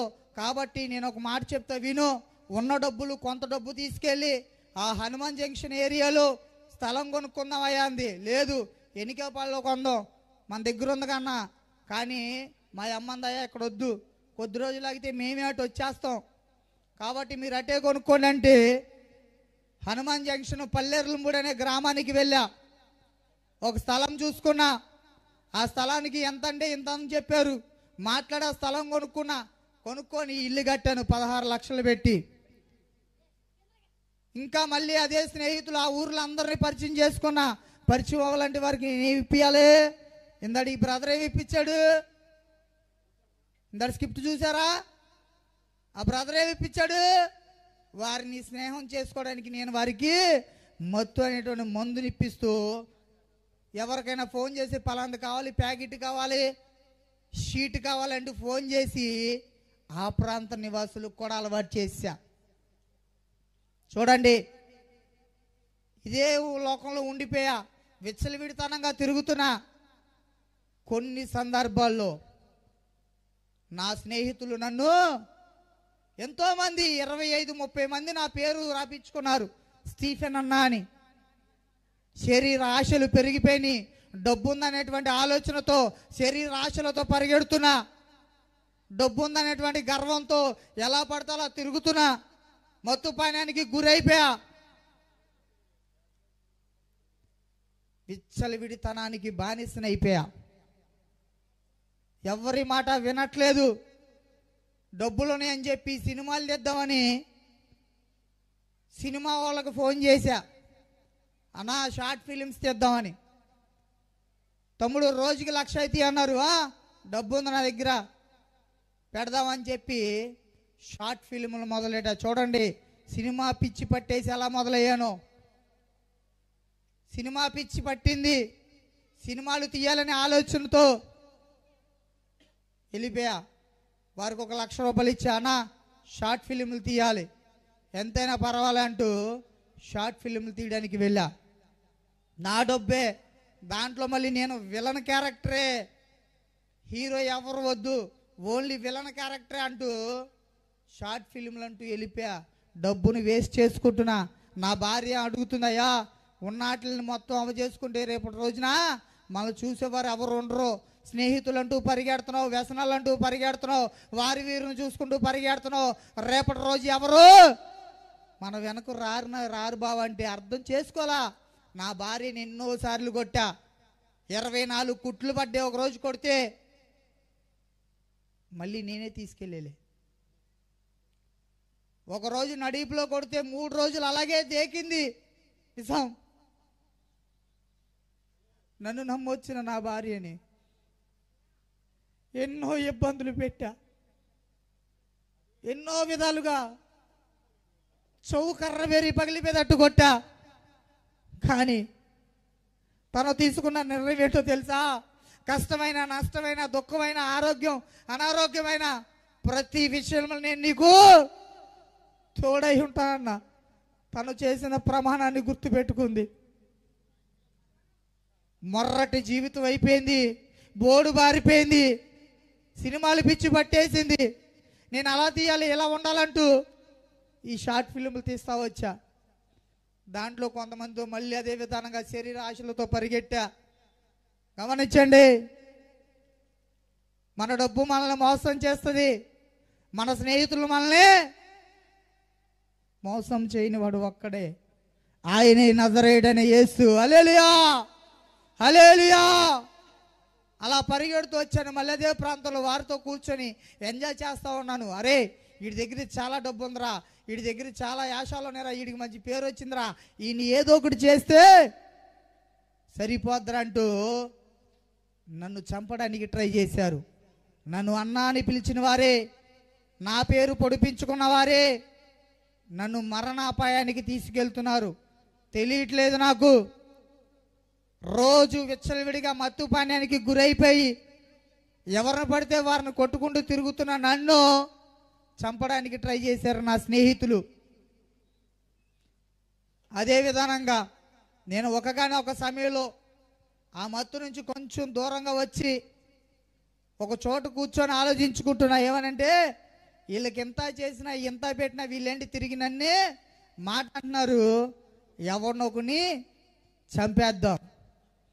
నిజం, ల్యాండ్ సెటిల్మెంట్లు అంటూ, స్థలాల సెటిల్మెంట్లు అంటూ, కాలేజీ సెటిల్మెంట్లు అంటూ ఇలాంటి వాటికి వెళ్తా వాళ్ళ దగ్గర ఒక 5,000 10,000 తీసుకుంటూ ఆ డబ్బుతో ఎంజాయ్ చేస్తా వస్తున్నా నాకు అనుకోని సందర్భంలో ఒక కష్టాలు ఎదురైనాయి.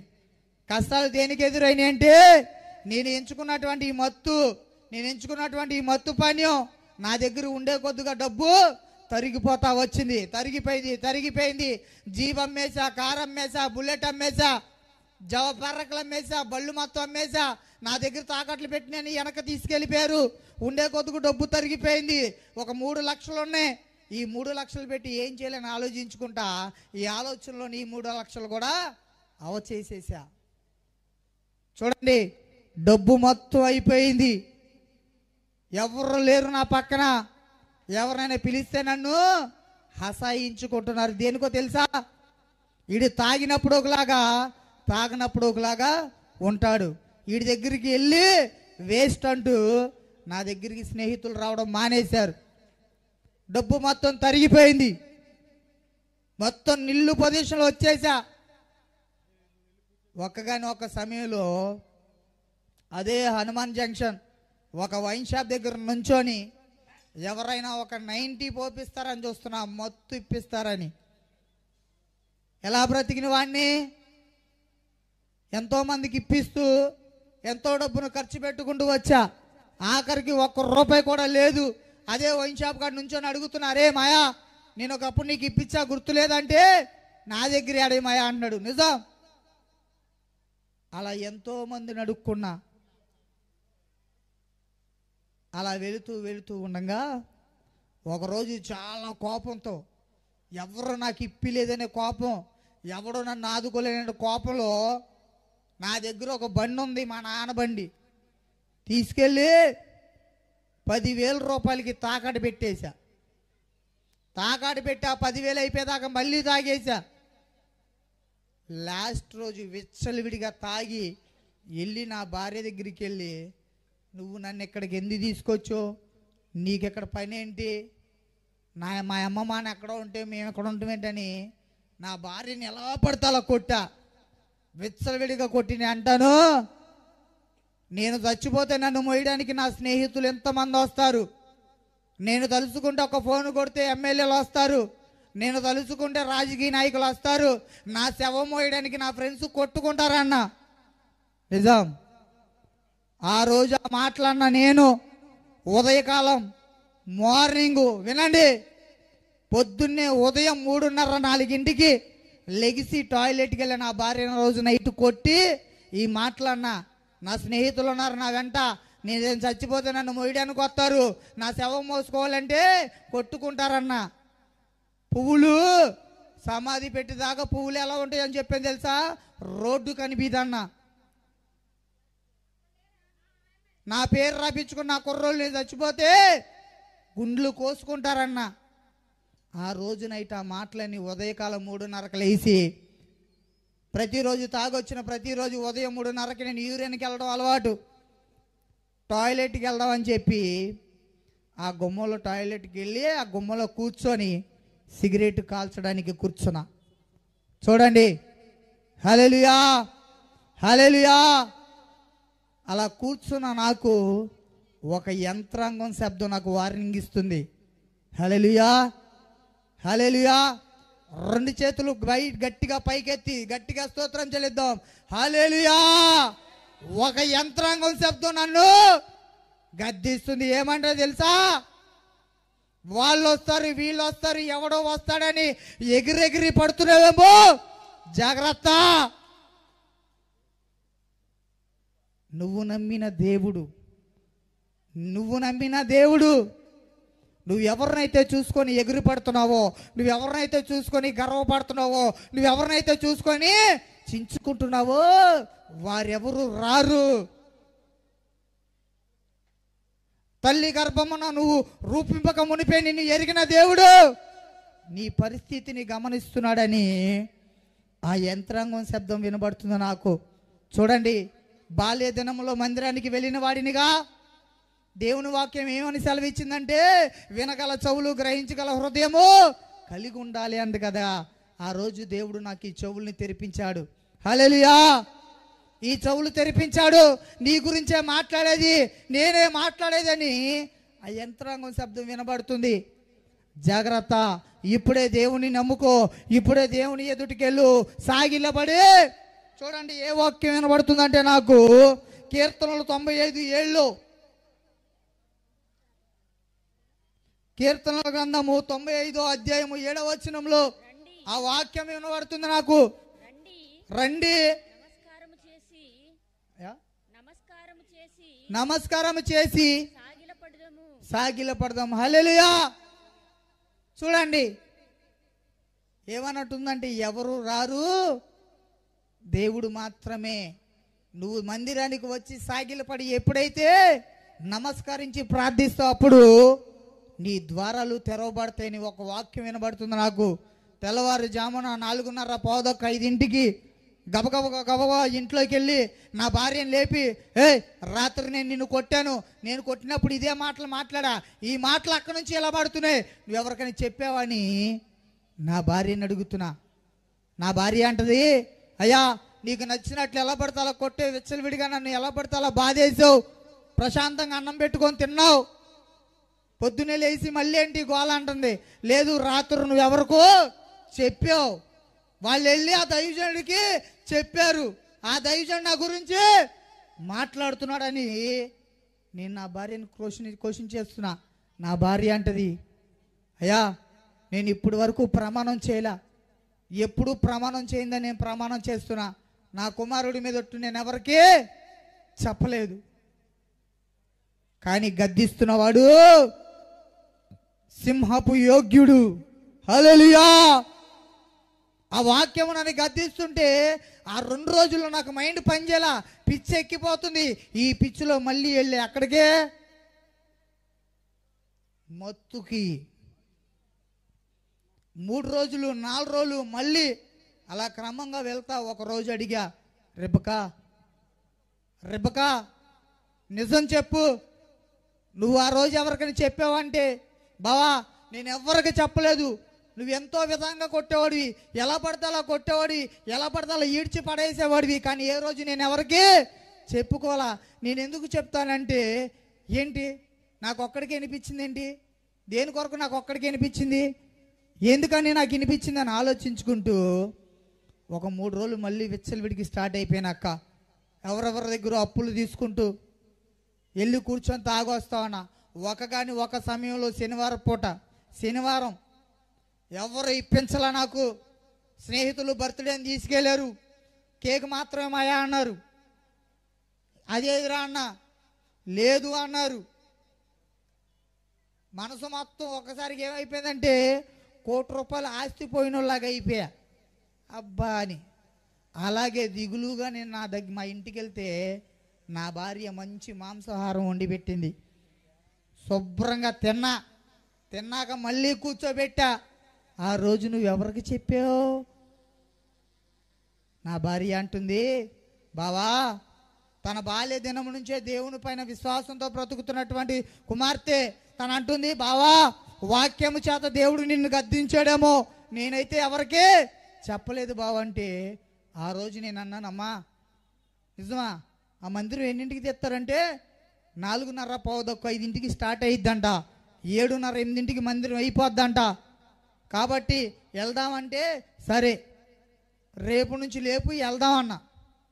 వినండి, పొద్దున్నే ఉదయం వీళ్ళు నన్ను లేపలేరు, వీళ్ళు ఆల్రెడీ నిద్రపోతుంటారు ఎప్పుడు పడితే అప్పుడని, పొద్దున్నే నన్ను 2:30-3 లేపితే నేను మందిరానికి వస్తాను. శనివారం పూట నా కుమారుడు పొద్దున్నే స్నానం చేసి 2:30కి కాళ్ళు తట్టుతున్నాడు. ఏమనో తెలుసా? నానా మందిరానికి వెళ్దామన్నావు కదా, మమ్మీ నేను రెడీ అయిపోయాము, లేగు లేగు అంటే ఒక్కసారిగా ఆశ్చర్యం కలిగింది నాకు. ఎంత కొట్టి స్కూల్కి వెళ్ళని లేపినా లేకడో, ఎన్నిసార్లు లేపినా ఆ వాకుళ్ళుడు ఈ మొత్తం బట్టలు ఉతుకంటే లేకదో. వెళ్ళండి పొద్దున్నే 2:30కు లేచి లేపుతున్నారు. సరే వస్తాలే మీరు పండి అని చెప్పాను. లేదు లేదు నువ్వు వస్తేనే నీ అంట మేము వస్తాం అన్నారు. సరే అలాగే వెళ్దామంటూ స్నానం ఎన్నింటి దాకా చేసింది తెలుసా? 6 దాకా చేశా. ఎన్నింటికి లేపారు నన్ను? 2:30, 3. నేను ఎన్నింటి దాకా చేసా స్నానం? మామూలుగానే మురుకోండి, మళ్ళీ మురుకుపోతాకి 3 గంటలు చేశా. 3 గంటల స్నానం దేనికి చేశానంటే వీరికైనా చిరాకు పుట్టాలి, నాకైనా నేనైనా వెళ్ళాలి. వారికైనా చిరాకు పుట్టి నన్ను వదిలేసి వెళ్ళిపోవాలి, లేదా నేనైనా వాళ్ళతో వెళ్ళాలి. సర్లే అని చెప్పి 6కి సియోను ప్రార్థనా మందిరం అనే ఆ ప్రార్థనా మందిరానికి వెళ్ళా. హల్లెలూయా హల్లెలూయా. వెళ్ళా. ఆ మందిరానికి వెళ్ళిన మొట్టమొదటి రోజు నేను అడిగింది ఏంటో తెలుసా? ప్రభువా 2013లో నాకు ఒక కుమారుని ఇచ్చావు, ఇప్పుడు వరకు సంతానం లేదు. నిజమైన దేవుడు అయితే నాకు ఇంకో బహుమానాన్ని. అప్పుడు నేను మారతా అన్న. నిజం, నాకు ఒక ఆడపిల్ల నువ్వు, నా కొడుకు ఇంకొక స్నేహితురాలు నువ్వు, నాకు ఒక కుమార్తెనిస్తే నేను మారతా అన్న. అలాగా 4 వారాలు మందిరానికి వెళ్ళాం. 4 వారాలు మందిరానికి వెళ్ళిన నేను అనుకోకుండా 5వ వారం దైవజనుడి దగ్గరికి వెళ్ళి ప్రార్థన చేపించుకుంటాకి వెళ్ళా. మందిరం అయిపోగానే ఫ్లాట్లో కూర్చొని ఏం చేస్తున్నారు, ఈ మధురానగర్ కట్ట మీద కూర్చొని ఎవరేం చేస్తున్నారు, రైల్వే ట్రాక్ మీద ఎవడేం చేస్తున్నాడు, రామరపాడు రైల్వే స్టేషన్లో ఎవడేం చేస్తున్నాడు, ఏది కలుపుతున్నాడు, ఏది తాగుతున్నాడు, ఏది పీరుస్తున్నాడు అంట మందిరంలో కూర్చొని ఆలోచిస్తున్నా. ఎందుకంటే నా స్నేహితులతో కూర్చున్న సమయం అలాంటిదిగా ఆలోచించుకుంటున్నా ఎవడేం చేస్తున్నాడని. మందిరంలో దేవుని వాక్యం నాకు వినబడట్లా, గ్రహించట్లా, హృదయంలో నింపుకుంటలా. కానీ ఆ దైవజనుడి దగ్గరికి వెళ్ళి ఆ రోజు 5వ వారం ప్రార్థన చేయించుకుంటే దైవజనుడు చెప్తాడు, అయ్యా నీ పట్ల మరణము పొంచి ఉంది, నువ్వు నమ్మిన వారే నిన్ను హతమారుస్తాకి సిద్ధంగా ఉన్నారు, జాగ్రత్త. నువ్వు ఎవరినైతే చూసుకొని ఎగిరిపడ్డావో, నువ్వు ఎవరినైతే చూసుకొని గర్వపడుతున్నావో వాళ్ళే నిన్ను చంపడానికి ట్రై చేస్తున్నారని దేవుడు నీకు ఒక వర్తమానాన్ని తెలియచేయమన్నాడు అని నాకు తెలియచేశాడు ఆయన. నేను అనుకుంటాను సండే మందిరానికి వస్తే ఇంకొకడు పెరుగుతాడు అనుకుంటున్నాడు, ఈయన ఇంకొక కానుక పెరిగిద్ది అనుకుంటున్నాడు అని నేను అనుకుంటున్నా. కానీ ఆయన నా మంచి కొరకే చెప్పాడు. ఎందుకు చెప్పండి? పరిశుద్ధ గ్రంథము పట్టుకొని పరిశుద్ధ స్థలంలో నిలబడి చెప్తున్న దైవజనుడు మాటలు కాదవి, పరిశుద్ధాత్మ చేత నింపబడిన ఆత్మ మాటలవి. హల్లెలూయా. దేవుడు మాట్లాడుతున్నాడనే మాట ఆ రోజు గ్రహించుకున్న. ఆది యందు వాక్యం ఉండెను, వాక్యము దేవుని యొద్ద ఉండెను, వాక్యమే. చూడండి, ఈ వాక్యము ఆయన నాకు చెప్పట్లేదు, ఆయనలో ఉన్న పరిశుద్ధాత్మ నాకు చెప్పుతుందని ఎప్పుడు గ్రహించే. దేవుడు నాకేమిచ్చాడు? వినగల చెవులు. అది గ్రహించిన నేను సర్లే చూద్దాంలే, వాళ్ళ మన మీదకి వచ్చినప్పుడు చూద్దాంలే అనుకున్నా. ఒకరోజు ఫోన్ చేశారు, మాయా మన ఫ్రెండ్ది పెళ్ళి, ఎక్కడున్నా వచ్చా అంటే బడబడ రెడీ అయిపోయాయి. ఎందుకంటే నాకేదో ఒకటి ఇప్పిస్తారు. కానీ నిజం, తీసుకెళ్ళారు, కూర్చోబెట్టారు, నాకు నచ్చిందన్నీ ఇప్పించారు. చూడండి, గుర్తుపెట్టుకోండి. అరే వీడు ఎంతో పేరును సంపాదించాడు, వీడు ఒకగానొక సమయంలో మనమే చేసుకున్నాడు, వీడు ఒకగానొక సమయంలో మనల్ని తిట్టినాడు, ఈయన్ని చంపేద్దాం, ఈయన్ని చంపితే మనకే ఒక పేరు వచ్చిద్దంటూ మొదలెట్టేశారు వీళ్ళు. వాళ్ళలో ఒక విశ్వాసంతో ఉన్న ఒక మనిషి, హల్లెలూయా, వాళ్ళలో ఒక మనిషి, అరే ఒకప్పుడు నాకెంతో ఇప్పించాడు, నాకెంతో సహాయం చేశాడన్న ఒక వ్యక్తి, అన్నయ్య నువ్వు ఇక్కడ ఉండొద్దన్నా, దయచేసి ఇక్కడ వద్దన్నా, ప్లీజ్ ప్లీజ్ అన్నయ్య అంటూ నన్ను చిన్నగా గద్దించి స్లోగా లేచి వెళ్ళిపోంటే వారి మధ్యన తాగుతూ ఉన్న నేను అన్ఎక్స్పెక్టెడ్గా టాయిలెట్ వస్తుందని లేచి నూజుడి ప్రాంతం నుంచి సైలెంట్గా హనుమాన్ జంక్షన్ వచ్చేసా. వచ్చాక వాడికి ఫోన్ చేస్తే అంటాడు, నిన్ను వారు ప్రేమగా పిలవలేదు, నిన్ను వారు ప్రేమగా పిలవలేదు, నీ మీద ప్రేమ ఉండి పిలవలేదు. నువ్వు ఒకప్పుడు వాళ్ళని ఏదో అన్నావంట, వారిని ఏదో చేసావంట, వారు నిన్ను చంపడానికి ట్రై చేస్తున్నారంటే దైవజనుడు చెప్పిన మాట నాకు అప్పుడు గుర్తుకొచ్చింది. చూడండి, ఎంతో ప్రేమించా, నా స్నేహితులే కదా అనుకున్నా. మాయా మాయా అని పిలుతుంటే నన్ను మాయ చేస్తున్నారని నేను గమనించలేకపోయా. అన్నా అన్న అని పిలుస్తుంటే ఈ అన్నను తీసుకెళ్ళి చంపేస్తారని నేను ఎప్పుడు అనుకోలే. చంపడానికి ట్రై చేశారు. నేను ఏ పొరపాటు చేశానని ఒక్కొక్క సమయంలో కాళ్ళు పట్టుకున్న వాళ్ళని ఎగిరెగిరి గుండ్ల మీద తన్నారు. అడిగా, అరే లక్షలు సంపాదించా, ఎన్నో కోట్లు సంపాదించా, మీకేది కావాలంటే అది ఇప్పించా, నేనే పాపం చేశారంటే వారు ఎలా పడితే అలా కొట్టారు నన్ను. నిజం, ఎంత ఖర్చు పెట్టిన వారిలో చాలి లేదు, విడిచిపెట్టలేదు, విచ్చలవిడిగా కొట్టేశారు. ఏడుస్తూ వచ్చా నా భార్య దగ్గరికి, అమ్మా నన్ను ఇలా పిలిచారు, ఇలా వెళ్ళాను, నన్ను ఎలా పడితే అలా కొట్టారు చూడు అని దెబ్బలు చూపిస్తుంటే నా భార్య ఏడుస్తూ, అయ్యా దైవజనుడు చెప్పాడు కదా, నీ పైన మరణం పొంచుందయ్యా జాగ్రత్త అని, నీకు అర్థం అవ్వట్లేదా? అది ఆయన చెప్పిన మాటలు కావు, పరిశుద్ధాత్మ చేత నింపబడి చెప్పిన మాటలయ్యా, అర్థం చేసుకోయని నా భార్య చెప్తే సర్లే అని ఆ 2 రోజులు మళ్ళీ ఇంట్లో కూర్చున్నా. మళ్ళీ 3వ రోజు మళ్ళీ వేరే స్నేహితుడు ఫోన్ చేశాడు క్రీస్తురాజపురం నుంచి. రే మాయ అక్కడ ఉన్నా అంటే, రే నేను హనుమాన్ జంక్షన్లో చెప్పంటే మన మిత్రుడు మన స్నేహితుడు ఒకడు చచ్చిపోయాడు, సరదాగా రా అంటే హనుమాన్ జంక్షన్ నుంచి మొదలెట్టి క్రీస్తురాజపురం వచ్చా.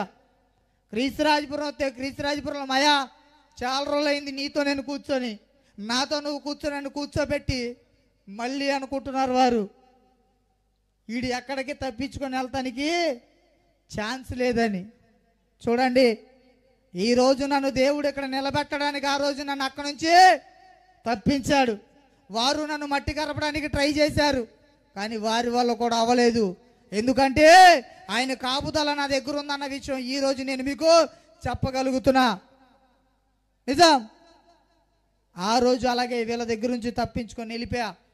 నా భార్య దగ్గరికి వెళ్ళి మళ్ళీ చెప్పా, ఎన్నోసార్లు చెప్పా, కుక్క వాంతి చేసుకొని వెనక తిరిగినట్టే నువ్వు వెనక తిరుగుతున్నావు, దైవజనుడు ఎందుకు చెప్తున్నాడో అర్థం చేసుకొని అన్నప్పుడు నేను స్లోగా ఇంటికి వెళ్ళి,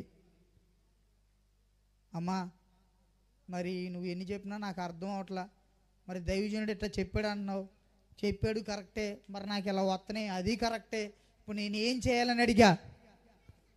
ఏం చేయవసరం లేదు బావా, ఆదివారం మందిరానికి వచ్చి మందిరంలో కూర్చొని ప్రార్థన చేసుకుంటూ, అయ్యా నాకున్న వ్యసనాల నుంచి దూరం చేయి, నాకున్నటువంటి ఆ వ్యసన అలవాట్ల నుంచి దూరం చేయి, నీకు ఏదైతే ఏ శరీరాశలతో పరిగెడుతున్నా ఆ శరీరాశలు అనేటువంటి ఆలోచన నీలోంచి తొలగించని అడిగితే దేవుడు నీకు సమాధానం ఇస్తాడని నా భార్య చెప్పింది. ఇలా రోజు ప్రార్థిస్తున్న నా భార్యని మళ్ళీ అలా చెప్పిన మాటలు విని మళ్ళీ వెళ్ళి మళ్ళీ మత్తుకు బానిసన అయిపోయి ప్రార్థన చేసుకుంటున్న నా భార్య దగ్గరికి వచ్చి అన్ఎక్స్పెక్టెడ్గా మోకరించి ప్రార్థించా. హల్లెలూయా. కుటుంబ ప్రార్థన చేసుకుంటుంది నా భార్య, అనుకోని పక్షాన వచ్చి కూర్చొని మోకరించిన తెల్లవారే నాలో ఒక భారం మొత్తం తీసి బయట పడేసినట్టు అనిపించింది. హల్లెలూయా హల్లెలూయా అనిపించి మళ్ళీ మందిరానికి క్రమంగా వెళ్ళడం మొదలెట్టా. మందిరానికి వెళ్తున్నా, మందిరంలో చెప్తున్న వాక్యాన్ని నింపుకుంటున్నా, గడియారాన్ని హృదయంలో నింపుకుంటున్నా. గడియారం ఏంటి, 8:30 వదిలేస్తే 9కి ఏం తెస్తారు, అదే ఆలోచిస్తున్నాను తప్ప దైవజనుడు చెప్పే మాటలు ఆలకించట్లా. హృదయ శుద్ధి గలవారు ధన్యులు అని దేవుడు మనకు సెలవిస్తున్నాడు. హృదయం శుద్ధి లేదు. మందిరానికి వెళ్ళానంతే. ఎవరిని సంతోషపరచడానికి? నా భార్యని సంతోషపరచడానికి. అలా వెళ్తా వెళ్తా ఉన్న నాకు దైవజనుడు చెప్పాడు, అయ్యా ఈ మరణం అనేది నీ మీద నుంచి ఇంకా పోలేదు, జాగ్రత్త అని చెప్పాడు. ఓకే అని చెప్పి అలా కంటిన్యూగా 7 వారాలు మందిరానికి వెళ్ళాను. 8వ వారం నా భార్య గర్భవతి. హల్లెలూయా. నేను మొట్టమొదటిగా మందిరానికి వెళ్ళినప్పుడు అడిగింది ఏంటి?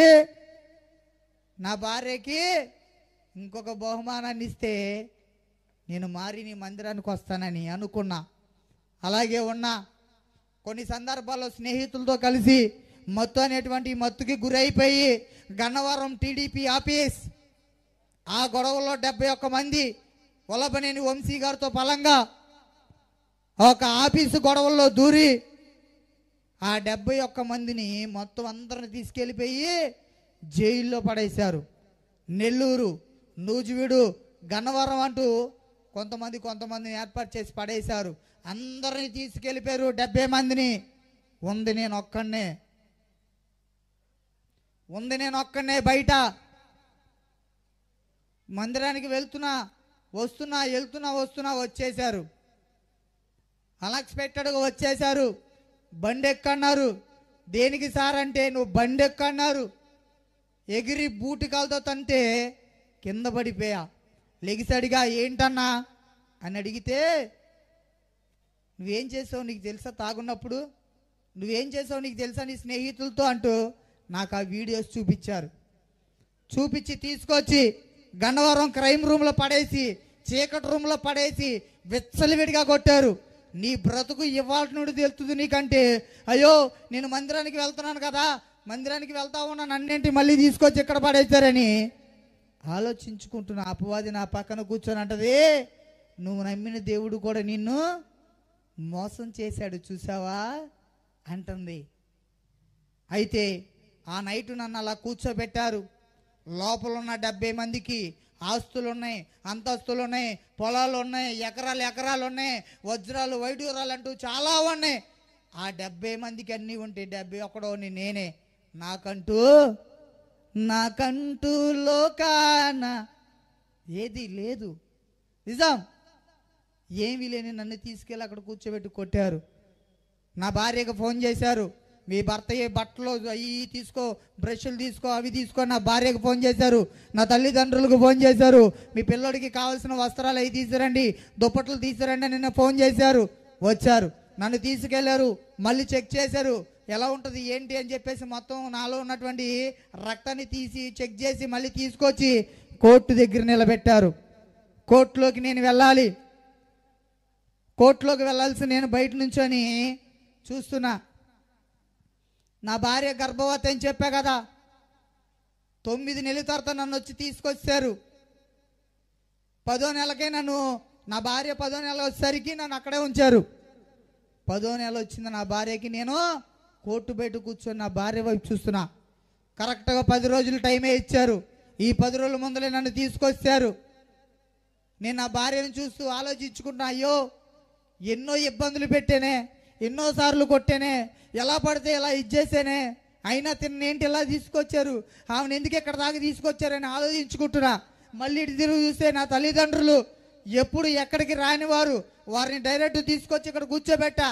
నా వ్యసనాల గురించే కదా, నేను చేసిన పాపాల గురించే కదా వీరిని కూడా తీసుకొచ్చారు. ఈ తాగుడనే మత్తులో పడిపోయా కదా, నేను చేయకూడని వాటిలో దూరి వెళ్ళకూడను వాటిలో వెళ్ళి ఎవరెవరు స్నేహితులు సహవాసం బట్టి ఎక్కడెక్కడో భ్రష్టుని అయిపోయాను కదా. ఈరోజు ఇక్కడ దాకా రావడానికి కారణం ఏంటి? నా అలవాట్లే కదా, నేను ఎంచుకున్న తప్పుడు మార్గమే కదా అని బయట నుంచి ఆలోచించుకుంటున్నా. దీనంగా చూస్తున్నా నా భార్య. అయ్యా బావా అంటే, అమ్మా ఏంటి ఏం చేయమంటావు అంటే, నా భార్య అంటది, ఇప్పటికైనా సమయం మించిపోయింది లేదు. ధైర్యం చెప్పే భార్య ఏమని అంటుందంటే, అయ్యా ఇప్పటికైనా సమయం మించిపోయింది లేదు. నువ్వేదైతే చూసి పరిగెత్తావో, ఎవరిని చూసైతే పరిగెత్తావో, ఏ అలవాట్ల ద్వారా ఇలా పరిగెత్తావో, ఆఖరిగా మమ్మల్ని ఇక్కడికి ఎలా తీసుకొచ్చావో ఆలోచించుకో అంటే తన మాటలు విని మళ్ళీ మా అమ్మంకు చూశానా, దేవుడు నీకు ప్రాణభిక్ష పెట్టాడురా అమ్మా, ఈ చీర తీసుకో అమ్మా, ఈ 100 రూపాయలు ఉంచుకో అని ఇప్పటి వరకు మాకు ఏ రోజైనా ఒక చిన్న జాకెట్ మొక్కిప్పించేవారంటే, అమ్మా ఉన్న డబ్బు మొత్తం అయిపోయింది, ఉన్న డబ్బు అంతా స్నేహితులకి ఖర్చు పెట్టా, ఉన్న డబ్బు అంతా వ్యసనాలకు అలవాటు చేసుకున్నా, ఉన్న డబ్బునంతా నాశనం చేసుకున్నా, నీకు ఒక్క వస్త్రం కూడా ఇప్పలేదే, మరి నా గురించి నువ్వు ఇక్కడికి ఎందుకు వచ్చావంటే, 9 మాసాలు మోసాను కదా నెల.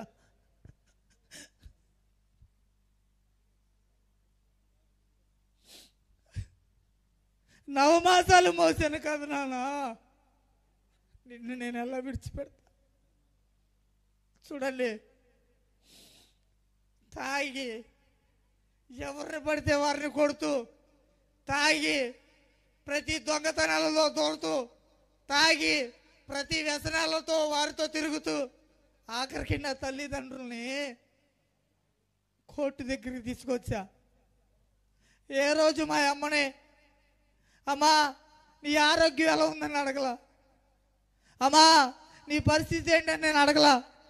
కానీ నా తల్లి నన్ను అడుగుతుంది, నానా భయపడమాక, దేవుడు ఉన్నాడు, దేవుడు చూస్తున్నాడు నాన్న, భయపడమాక అని చెప్తుంది నా తల్లి. నా తల్లిని చూస్తూ నేను అన్నాను, అమ్మా ఎందుకమ్మా నేనంటే నీకు ఇంత ప్రేమ అంటే, ప్రసవ వేదనతో కన్నా నాన్న నేను నిన్ను. ప్రసవ వేదన అంటే ఏంటమంటే, ఒక ఆడ మనిషి చచ్చిపోయి మళ్ళీ బ్రతికినట్టంట. నా కోసం ఒకసారి చనిపోయి మళ్ళీ పుట్టింది మా అమ్మ. మా అమ్మ కోసం నేను ఏదో ఒక రోజు చచ్చిపోదనిపించింది, నిజం. అలా అన్న నా తల్లి ముఖం చూసి బాధ వేసింది. దయతో నన్ను క్షమించమ్మా, మిమ్మల్ని ఏ రోజు ఇక్కడ దా తీసుకురాలా, అలాంటిది ఈరోజు తీసుకొచ్చా. మీరు ఎన్నోసార్లు నన్ను గద్దించారు, నాకు అర్థం కాల అమ్మా అని అన్నాను. నా తల్లి అంటది, నాన్న ఇప్పటికైందా, పోయిందేమీ లేదు, నమ్మదగిన దేవుడు, నువ్వు మరణించి చనిపోతావని తెలిసినప్పుడే నిన్ను కాపాడి నీకు ప్రాణభిక్ష పెట్టి నిన్ను తీసుకొచ్చి ఈ సజీవ లెక్కలో నిలబెట్టిన ఆ దేవుడు నీ స్వరాన్ని వింటాడు, నీ ప్రార్థన వింటాడు, ప్రార్థన చేసుకో నాన్న అని చెప్పింది, నిజం. అదే విధానంగా నా భార్య ఏంటిదయ్యా, పాస్టర్ గారికి ఫోన్ చేశానయా, మరి ఇలా జరిగిందని చెప్పంటే నేను ఆ దైవజనుడికి ఫోన్ చేసి, అయ్యా పాస్టర్ గారు నేను ఇలా ఉన్నా, నా పొజిషన్ ఇది, నాకేం అర్థం అవట్లే అంటే ఆ దైవజనుడు అన్నాడు, అయ్యా నువ్వు ఏ అయితే చూసుకొని పరిగెడుతున్నావు, నువ్వు ఏ వ్యసనాలతో మునిగిపోయావు, నువ్వు ఎవరెవరిని చూసుకొని ఎగిరెగిరి పడ్డావు, అది నీకు మాత్రమే తెలుసు. నీ ప్రాబ్లాన్ని ఎరిగిన వాడు ఒకడున్నాడు, ఆయనకి చెప్పుకో, ఆయన నిన్ను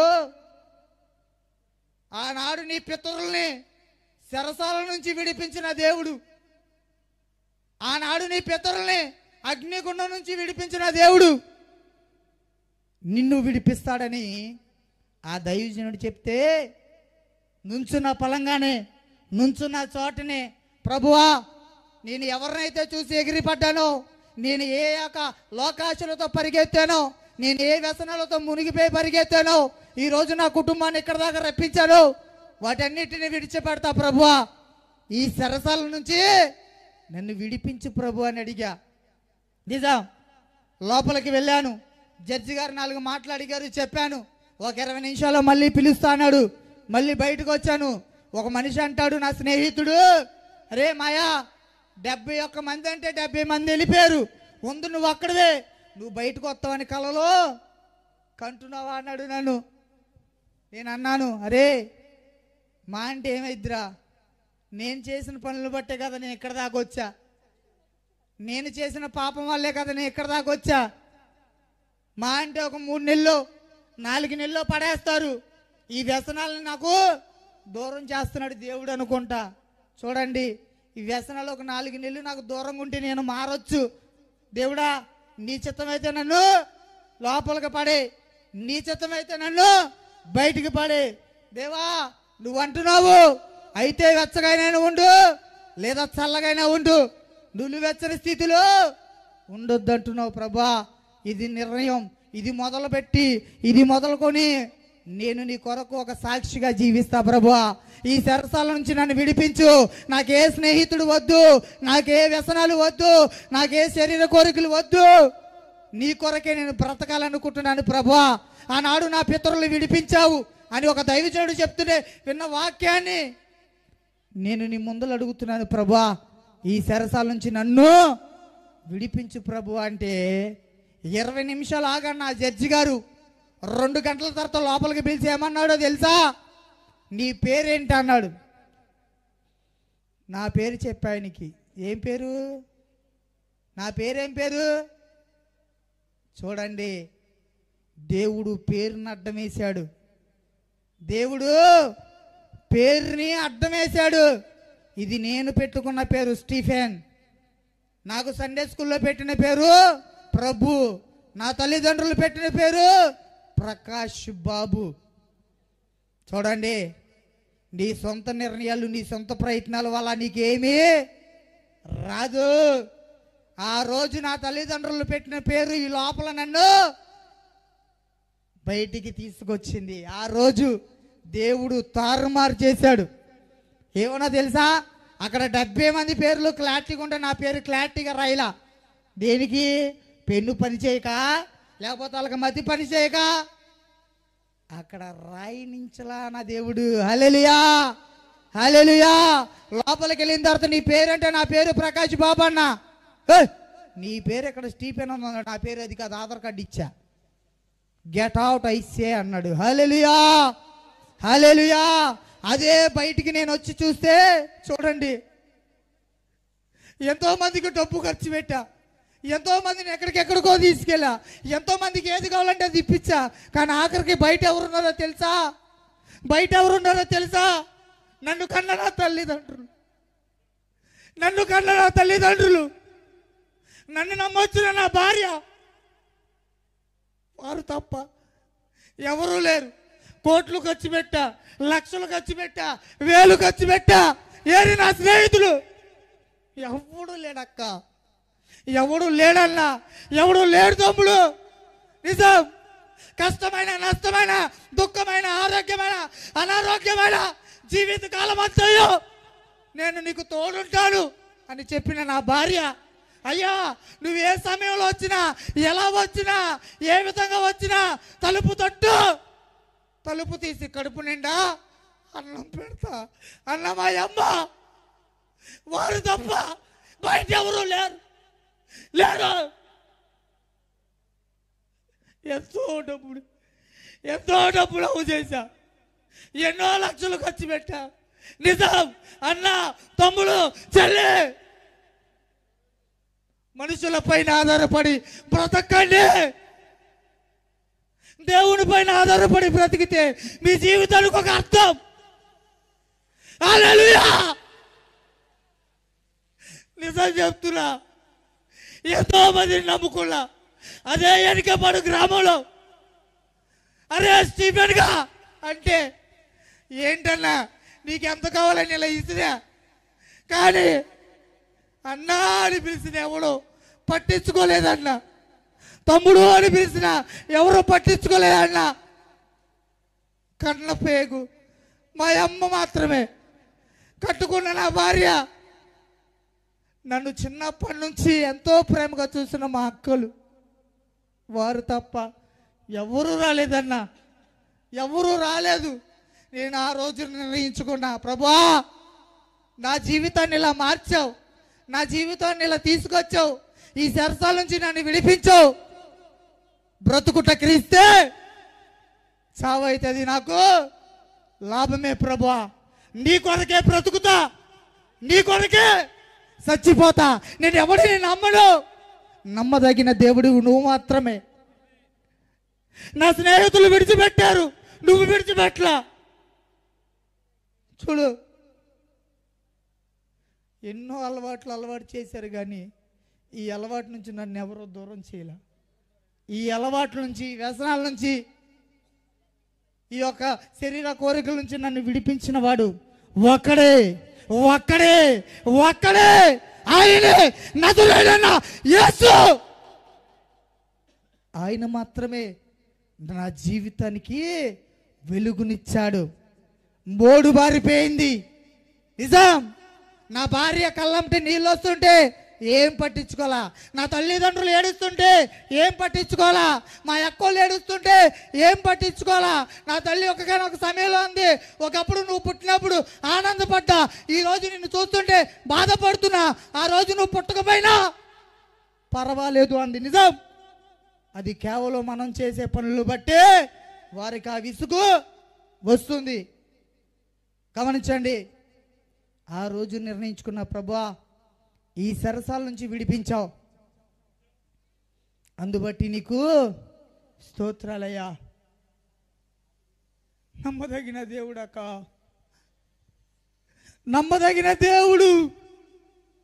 ఆ రోజు నేను నిర్ణయించుకున్నా, అయ్యా నా ప్రయాణం, నా నావా, నా బ్రతుకు, నా గమ్యం నీదే. హల్లెలూయా. బ్రతుకుట క్రీస్తే, చావైతుంది నా.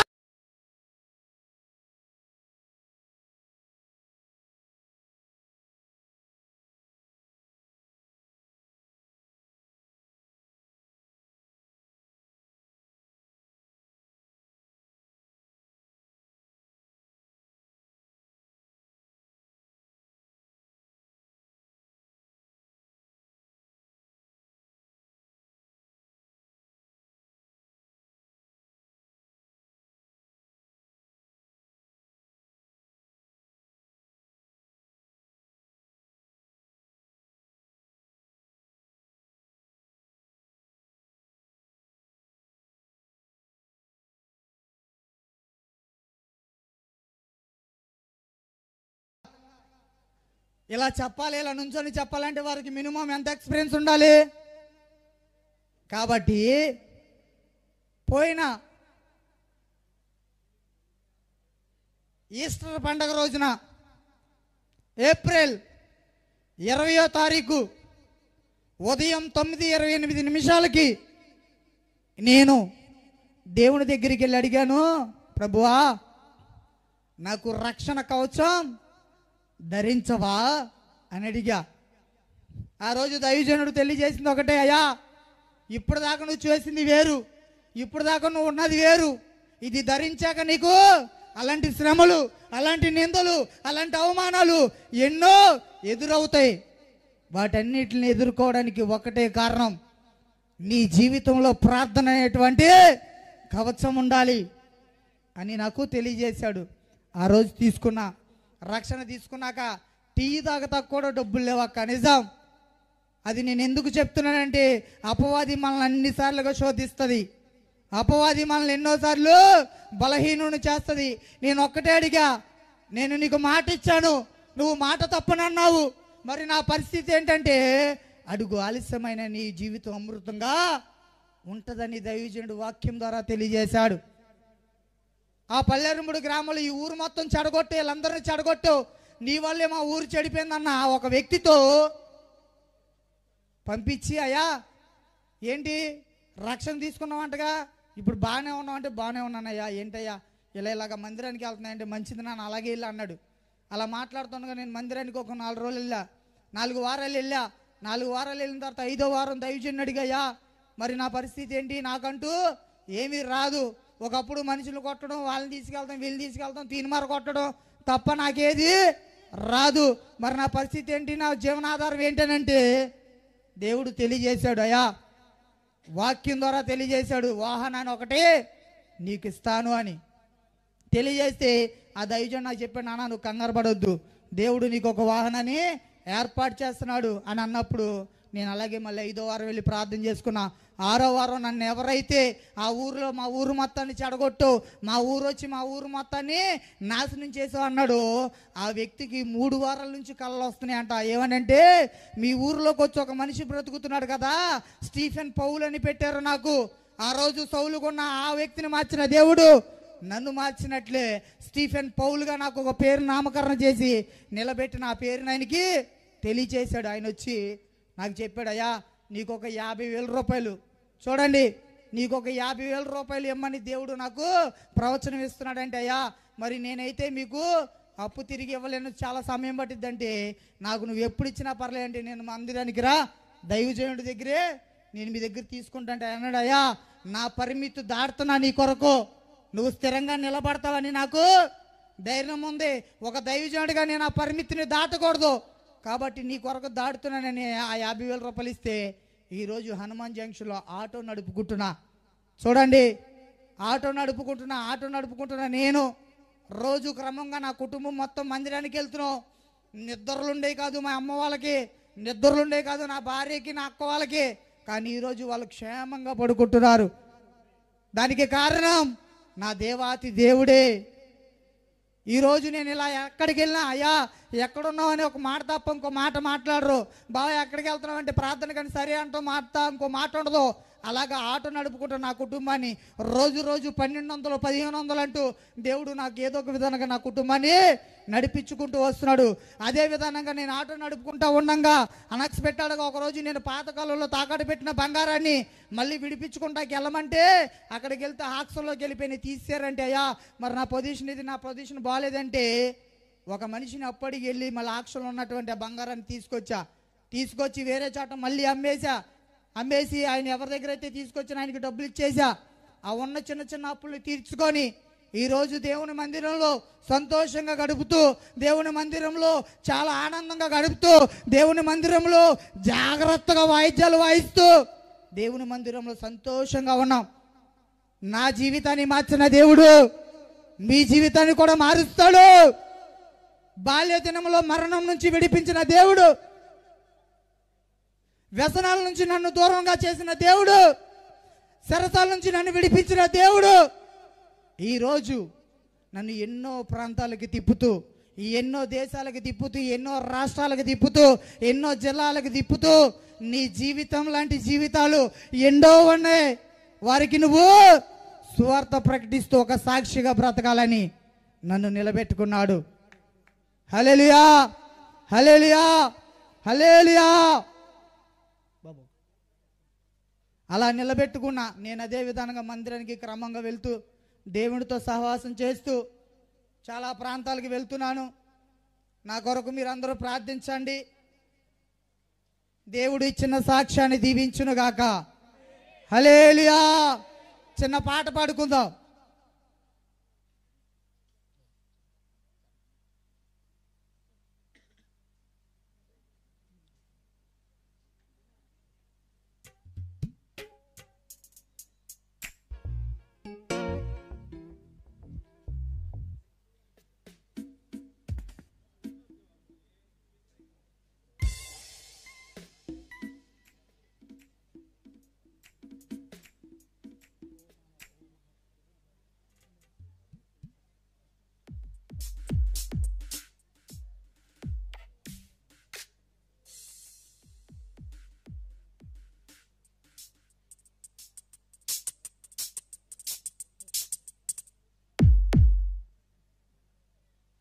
హల్లెలూయా, హల్లెలూయా. ఓ మానవా నీ పాపం మానవా యేసయ్య చెంత చేరి నీ బ్రతుకు మార్చవా. చప్పట్లు కొడదాం. హల్లెలూయా. అందరూ చప్పట్లు కొడదాం.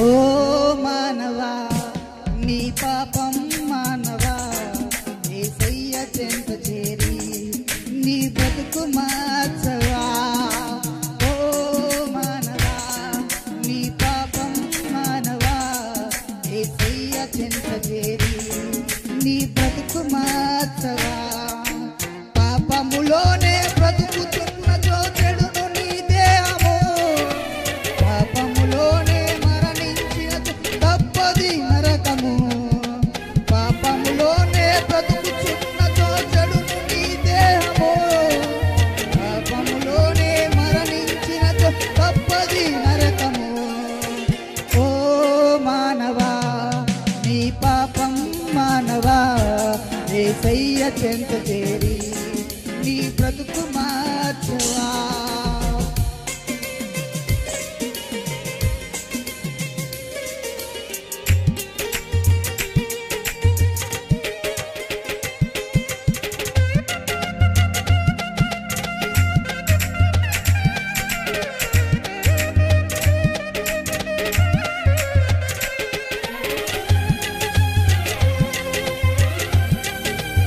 అందరం చప్పట్లు కొడదాం.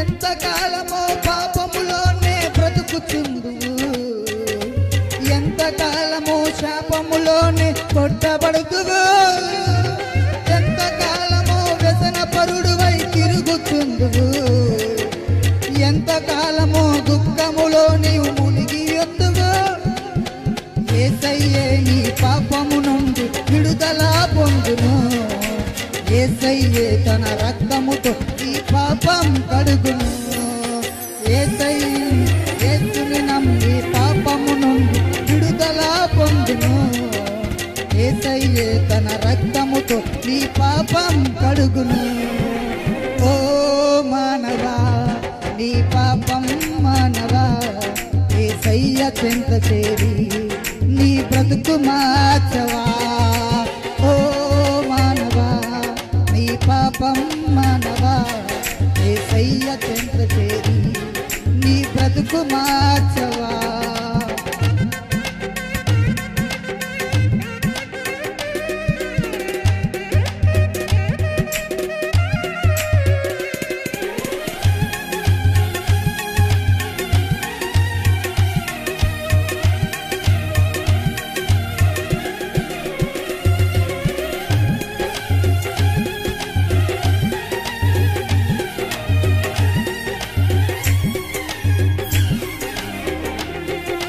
ఎంతకాలమో దేవుణ్ణి విడచి తిరుగుచుందువు ఎంతకాలమో దేవుడు లేక బ్రతుకుచుందువు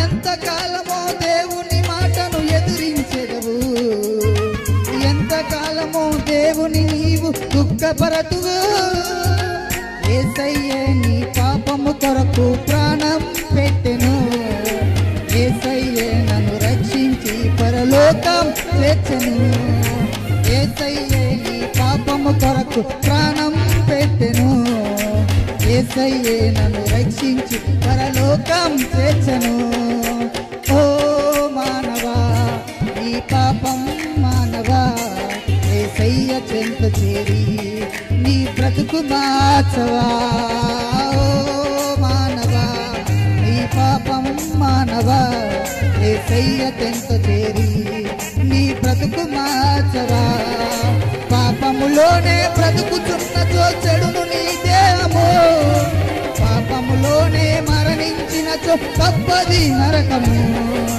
పాపములోనే బ్రతుకుచున్న చెడును నీ దేహము పాపములోనే మరణించిన తప్పది నరకము ఓ మానవా నీ పాపం మానవా యేసయ్య చెంత చేరి నీ బ్రతుకు మార్చవా ఓ మానవా నీ పాపం మానవా యేసయ్య చెంత చేరి నీ బ్రతుకు మార్చవా హల్లెలూయా హల్లెలూయా రెండు చేతులు తీసుకొచ్చిన వారు గట్టిగా హల్లెలూయా హల్లెలూయా సమయాన్ని దైవజనులకు ఇస్తున్నాను.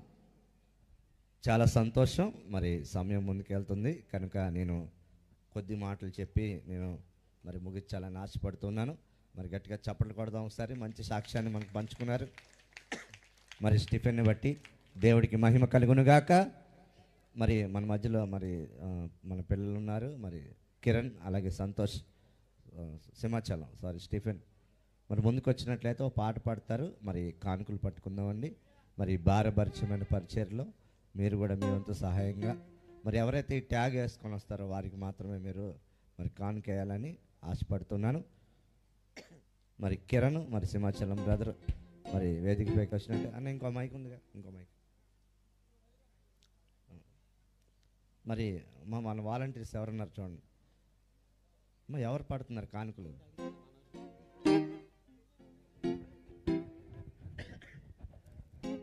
హల్లెలూయా.